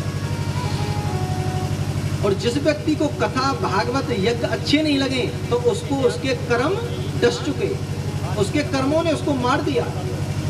आज माता पार्वती को नींद आ गई, लेकिन तुम्हारे भाग्य तो माता पार्वती से ऊंचे हैं। जो कथा माता पार्वती को सुनने को नहीं मिली वो तुम्हारे लिए मिल रही है, तो सोचिए तुम्हारे भाग्य कितने उदय हुए हैं आज। नींद आ गई तो वो तोता हुंकरा देने लग गया। अब शंकर जी ने देखा ये हुंकरा पार्वती का तो नहीं है, ये हुंकरा कौन दे रहा है। बहुत सुंदर भजन है। बाग आसन पर महादेव जी बैठे आसन मार, अमर कथा ये लगे सुनाने गौरा त्रिपुर मुरार, उमा के पड़ गई सोता हुंकरा दे रहे हो तोता। तोता कैसे हुंकरा। बागासन पर महादेव जी बैठे आसन मार, अमर कथा जब लगे सुनाने गौरा को त्रिपुरार, उमा के पर गए सोता हुंकरा दे रहे तोता, उमा के पर गए सोता दे रहे तोता, उमा के पर गए सोता हुंकरा दे रहे तोता, ओ उमा के पर गए सोता हुंकरा दे रहे तोता, उमा के पर गए सोता।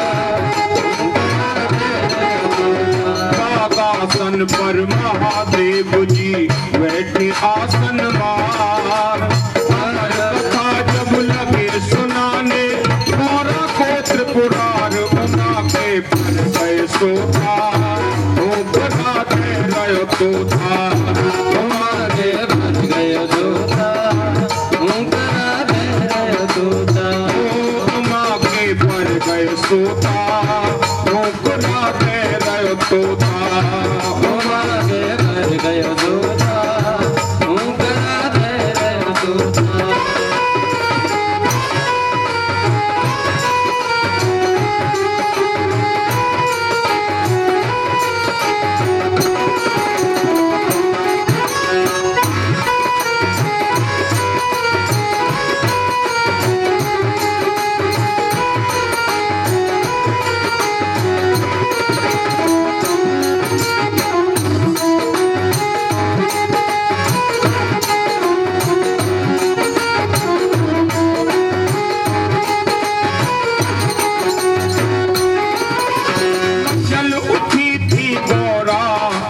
शंकर सेवत राई, चल उठी थी गौरा शिव शंकर सेवत राई, चल उठी थी गौरा शिव शंकर सेवत राई, अमर कथा को सुनाओ नारद ने याद दिलाई, अमर कथा को सुनाओ नारद ने याद दिलाई, अमर कथा के सुनते स्वामी, अमर कथा के सुनते ही कट जाए पाप भगवान, कर्म कोई बन गया खोटा हुंकरा दे रहे तोता, उमा के पर गए सोता हुंकरा दे रहे तोता। बागासन पर महादेव जी बैठे आसन मार, बागासन पर महादेव जी बैठे आसन मार, अमर कथा जब लगे सुनाने गौरा को त्रिपुरार, उमा के पर गए सोता हुंकरा दे रहे सोता, उमा के पर गए सोता हुंकरा दे रहे सोता, उमा के पर गए सोता हुंकरा दे रहे सोता, उमा के पर गए सोता।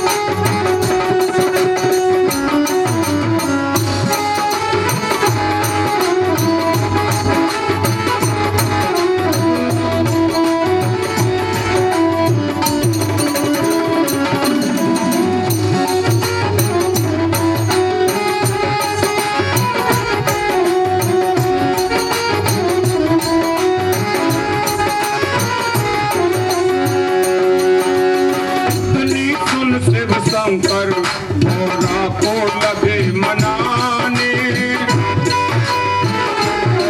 भोला को लगे मनाने। इतनी सुन शिव शंकर भोला को लगे मनाने, इतनी सुन शिव शंकर भोला को लगे मनाने। सुन ले चितलाई शिव लागे कथा सुनाने, सुन ले चितलाई शिव लागे कथा सुनाने। करवायो संकल्प उमा पे, करवायो संकल्प उमा पे, वैसे आसन मार के जल को भर लियो लोटा, ऊपरा दे रहे तोता, उमा के भर गया दूता, ऊपरा दे रहे तूता। उमा के भर गए तोता, ऊपरा दे रहे तोता। उमा के भर गया दूता,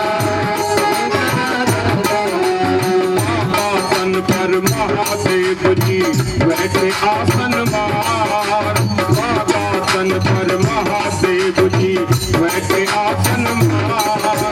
अमर कथा जब लगे सुनाने, और खेत पुरार उमा के पर गए तोता, ऊपरा दे रहे तोता।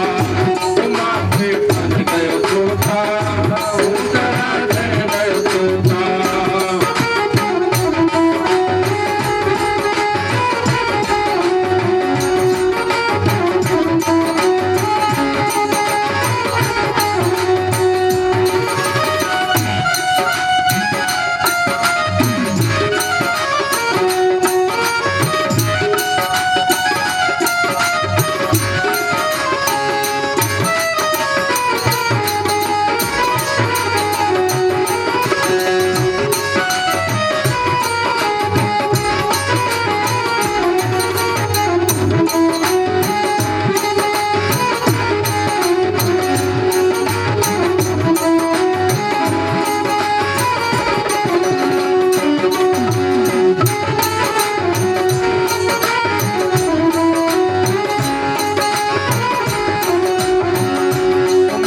पर गयो तोता, ऊपरा दे रहे तोता। अमर कथा भई पूरन शिव जी ने पूछा ऐसे, अमर कथा हुई पूरन शिव जी ने पूछा ऐसे। अमर कथा भई पूरन शिव जी ने पूछा ऐसे।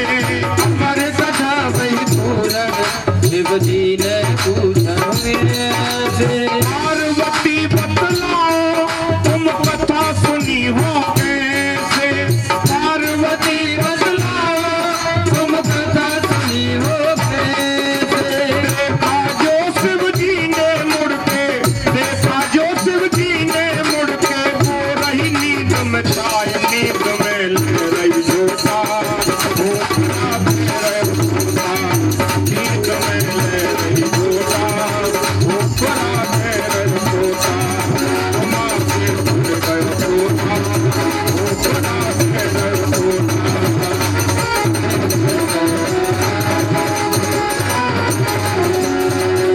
आसन पर महादेव जी बैठे आसन मार, आसन पर महादेव जी बैठे आसन मार। कथा जब लगे सुनाने, और कोट पुरार उमा के भर गए तोता, ऊपरा दे रहे तोता। उमा के भर गए तोता, ऊपरा दे रहे तोता। उमा के भर गए तोता, ऊपरा दे रहे तोता।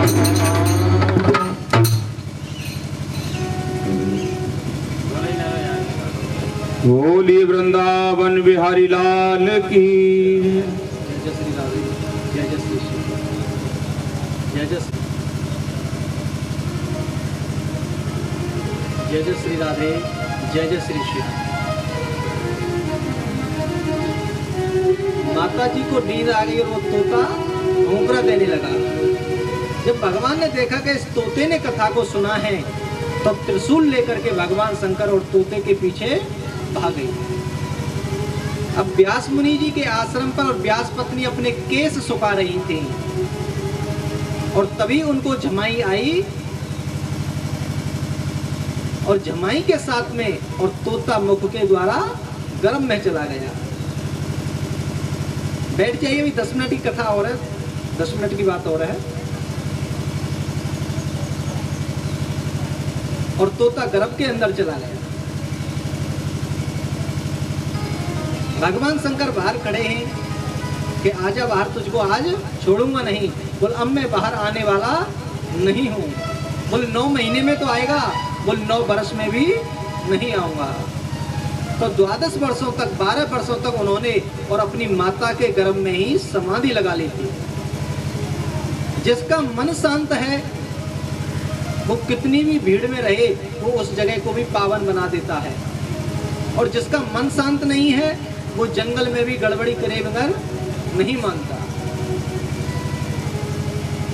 तो भगवान शंकर लौट करके आ गए और 12 वर्षों के बाद जब वेद व्यास जी ने प्रार्थना करी बच्चे कि तेरी माँ को बहुत कष्ट होता है बेटा और तू बाहर आ जा। बोले विष्णु की माया विचित्र है, मुझको सताएगी। बोले मेरा आशीर्वाद है नहीं सताएगी। और जन्म लेते ही सीधे वन की ओर चले गए। जिस दिन सुखदेव स्वामी ने जन्म लिया था वो 16 वर्ष के दिखने लगे थे। ऐसा शास्त्र में वर्णन है कि वो 16 वर्ष की उनकी अवस्था नजर आई थी और जन्म लेते ही सीधे वन की ओर चले गए। वेद व्यास जी लौटाने के लिए गए तो रास्ते में कुछ महिलाएं और सरोवर में स्नान कर रही थी निर्वस्त्र होकर के। जब स्नान कर रही थी तो आगे आगे सुखदेव जी जा रहे और पीछे पीछे उनके पिताजी वेद व्यास जी जा रहे। तो सुखदेव जी को देख करके उन महिलाओं ने वस्त्र धारण नहीं किए, लेकिन जब वेद व्यास जी को देखा तो उन्होंने वस्त्र धारण कर लिए और कहा बाबा क्षमा करना, हम आपको देख नहीं पाए। व्यास जी ने कहा बेटाओ मैं तो तुम्हारे दादा परदादा के समान हूं और तुम अभी तुम्हारे सामने होकर के मेरा जवान पुत्र परम सुंदर नवयुवक और तुम्हारे सामने होकर के गया है और तुमने वस्त्र धारण नहीं किए। उन माताओं ने कहा व्यास जी तुम्हारे पुत्र की तो वो दृष्टि है, उसके सामने तो निर्वस्त्र रहे तो भी निर्वस्त्र रहे और वस्त्र धारण करने तो भी निर्वस्त्र रहे। वो ये जानता नहीं कि स्त्री पुरुष का क्या अंतर है, इतनी महान दृष्टि है तुम्हारे पुत्र की। वेद व्यास जी ने कहा हे भगवान मेरा पुत्र इतना महान। व्यास जी ने अपने पुत्र को आवाज दी बेटा आ जाओ, बेटा आ जाओ, लेकिन सुखदेव जी लौट करके नहीं आए। उन्होंने कहा पिताजी आप मेरे लिए एक बात बताना कि 2 पति पत्नी थे और पति देव बेचारे दुकान पर चले गए, घर के अंदर पत्नी अकेली। अब उस पत्नी के पास में कोई जरा पुरुष आ जाता है, जरा पुरुष आ जाता है तो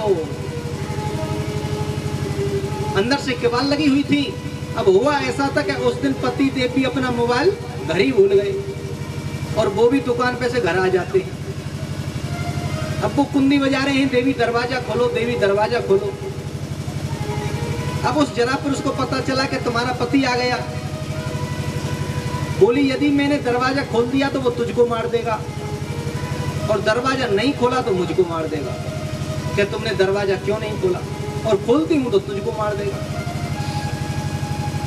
तो उस नारी ने उस पुरुष को और जो लेटरिन का डिब्बा होता है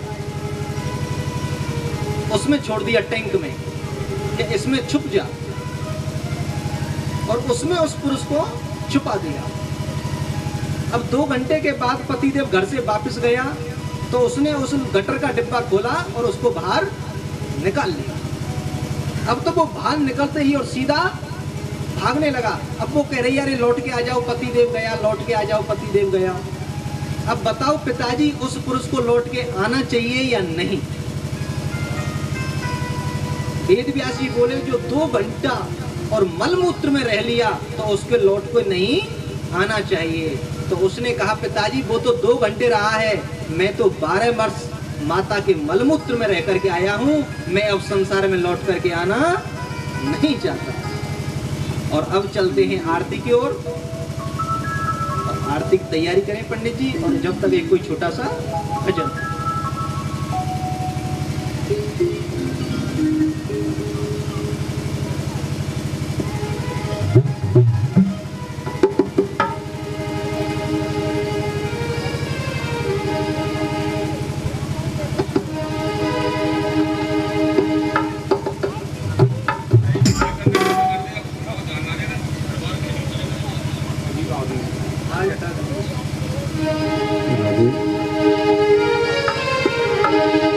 मोहन से दिल क्यों लगाया है, और मोहन से दिल क्यों लगाया है, ये मैं जानूं या वो जाने। मोहन से दिल क्यों लगाया है, ये मैं जानूं या वो जाने।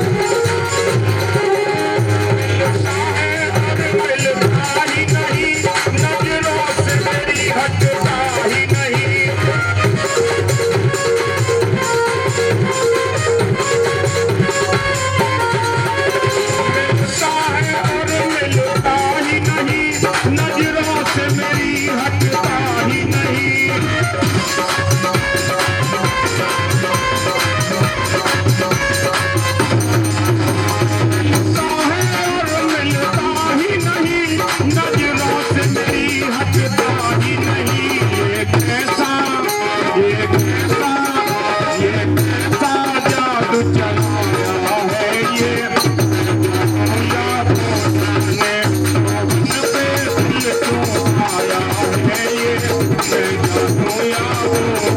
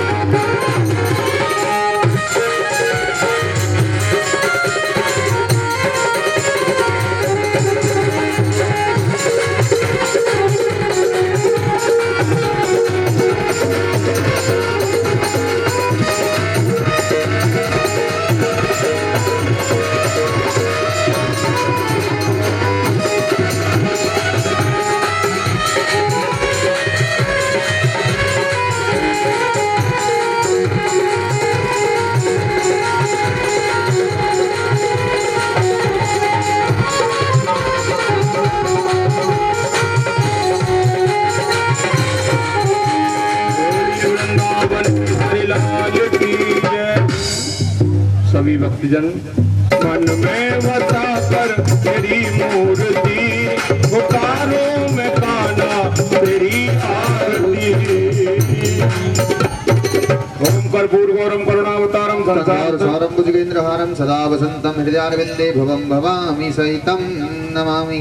तुमेव माता च पिता त्वमेव त्वमेव बन्धु सखा त्वमेव त्वमेव विद्या द्रविणं त्वमेव त्वमेव सर्वं मम देवदेव। हरि ओम जलेन द्यौ शान्ति हरये नमः। हरि ओम द्यौ शान्ति धन्तर्षवं शांति पृथ्वी शांति रापा शांति रोषधय शांति वनस्पतय शांति विश्वदेवा शांति ब्रह्म शांति सर्व शांति शांति रेवि शांति सामा शांति रेदि। ओम शांतिर शांतिर भवन्तु। हस्ते माता यद्गन्ध पुष्पक्षतं प्रदगैताम्बः मंत्र पुष्पाञ्जलिः। हरि ओम यज्ञेन यज्ञन्तमहे स्थानि धर्माणि प्रथमासन्यः तेनाहकं महिमानः सतं यत्पूर्वे साध्याः सन्ति देवः। हरि ओम एकदन्ताय विद्महे वक्रतुण्डाय धीमहि तन्नो दन्ती प्रचोदयात्। हरि ओम एकदन्ताय विद्महे वक्रतुण्डाय धीमहि तन्नो श्रीबुद्धि प्रचोदयात्। हरि ओम हंस हंसाय विद्महे परमहंसाय धीमहि तन्नो श्रीसुख प्रचोदयात्। सेवंत कावकुल चंपक पाटलाब्ज पुण्यागजात करवीर रसाल पुष्प बिल्व प्रभाल तुलसी दल मंजरेवि त्वां पूजयामि जगदीश्वर मे प्रसीद।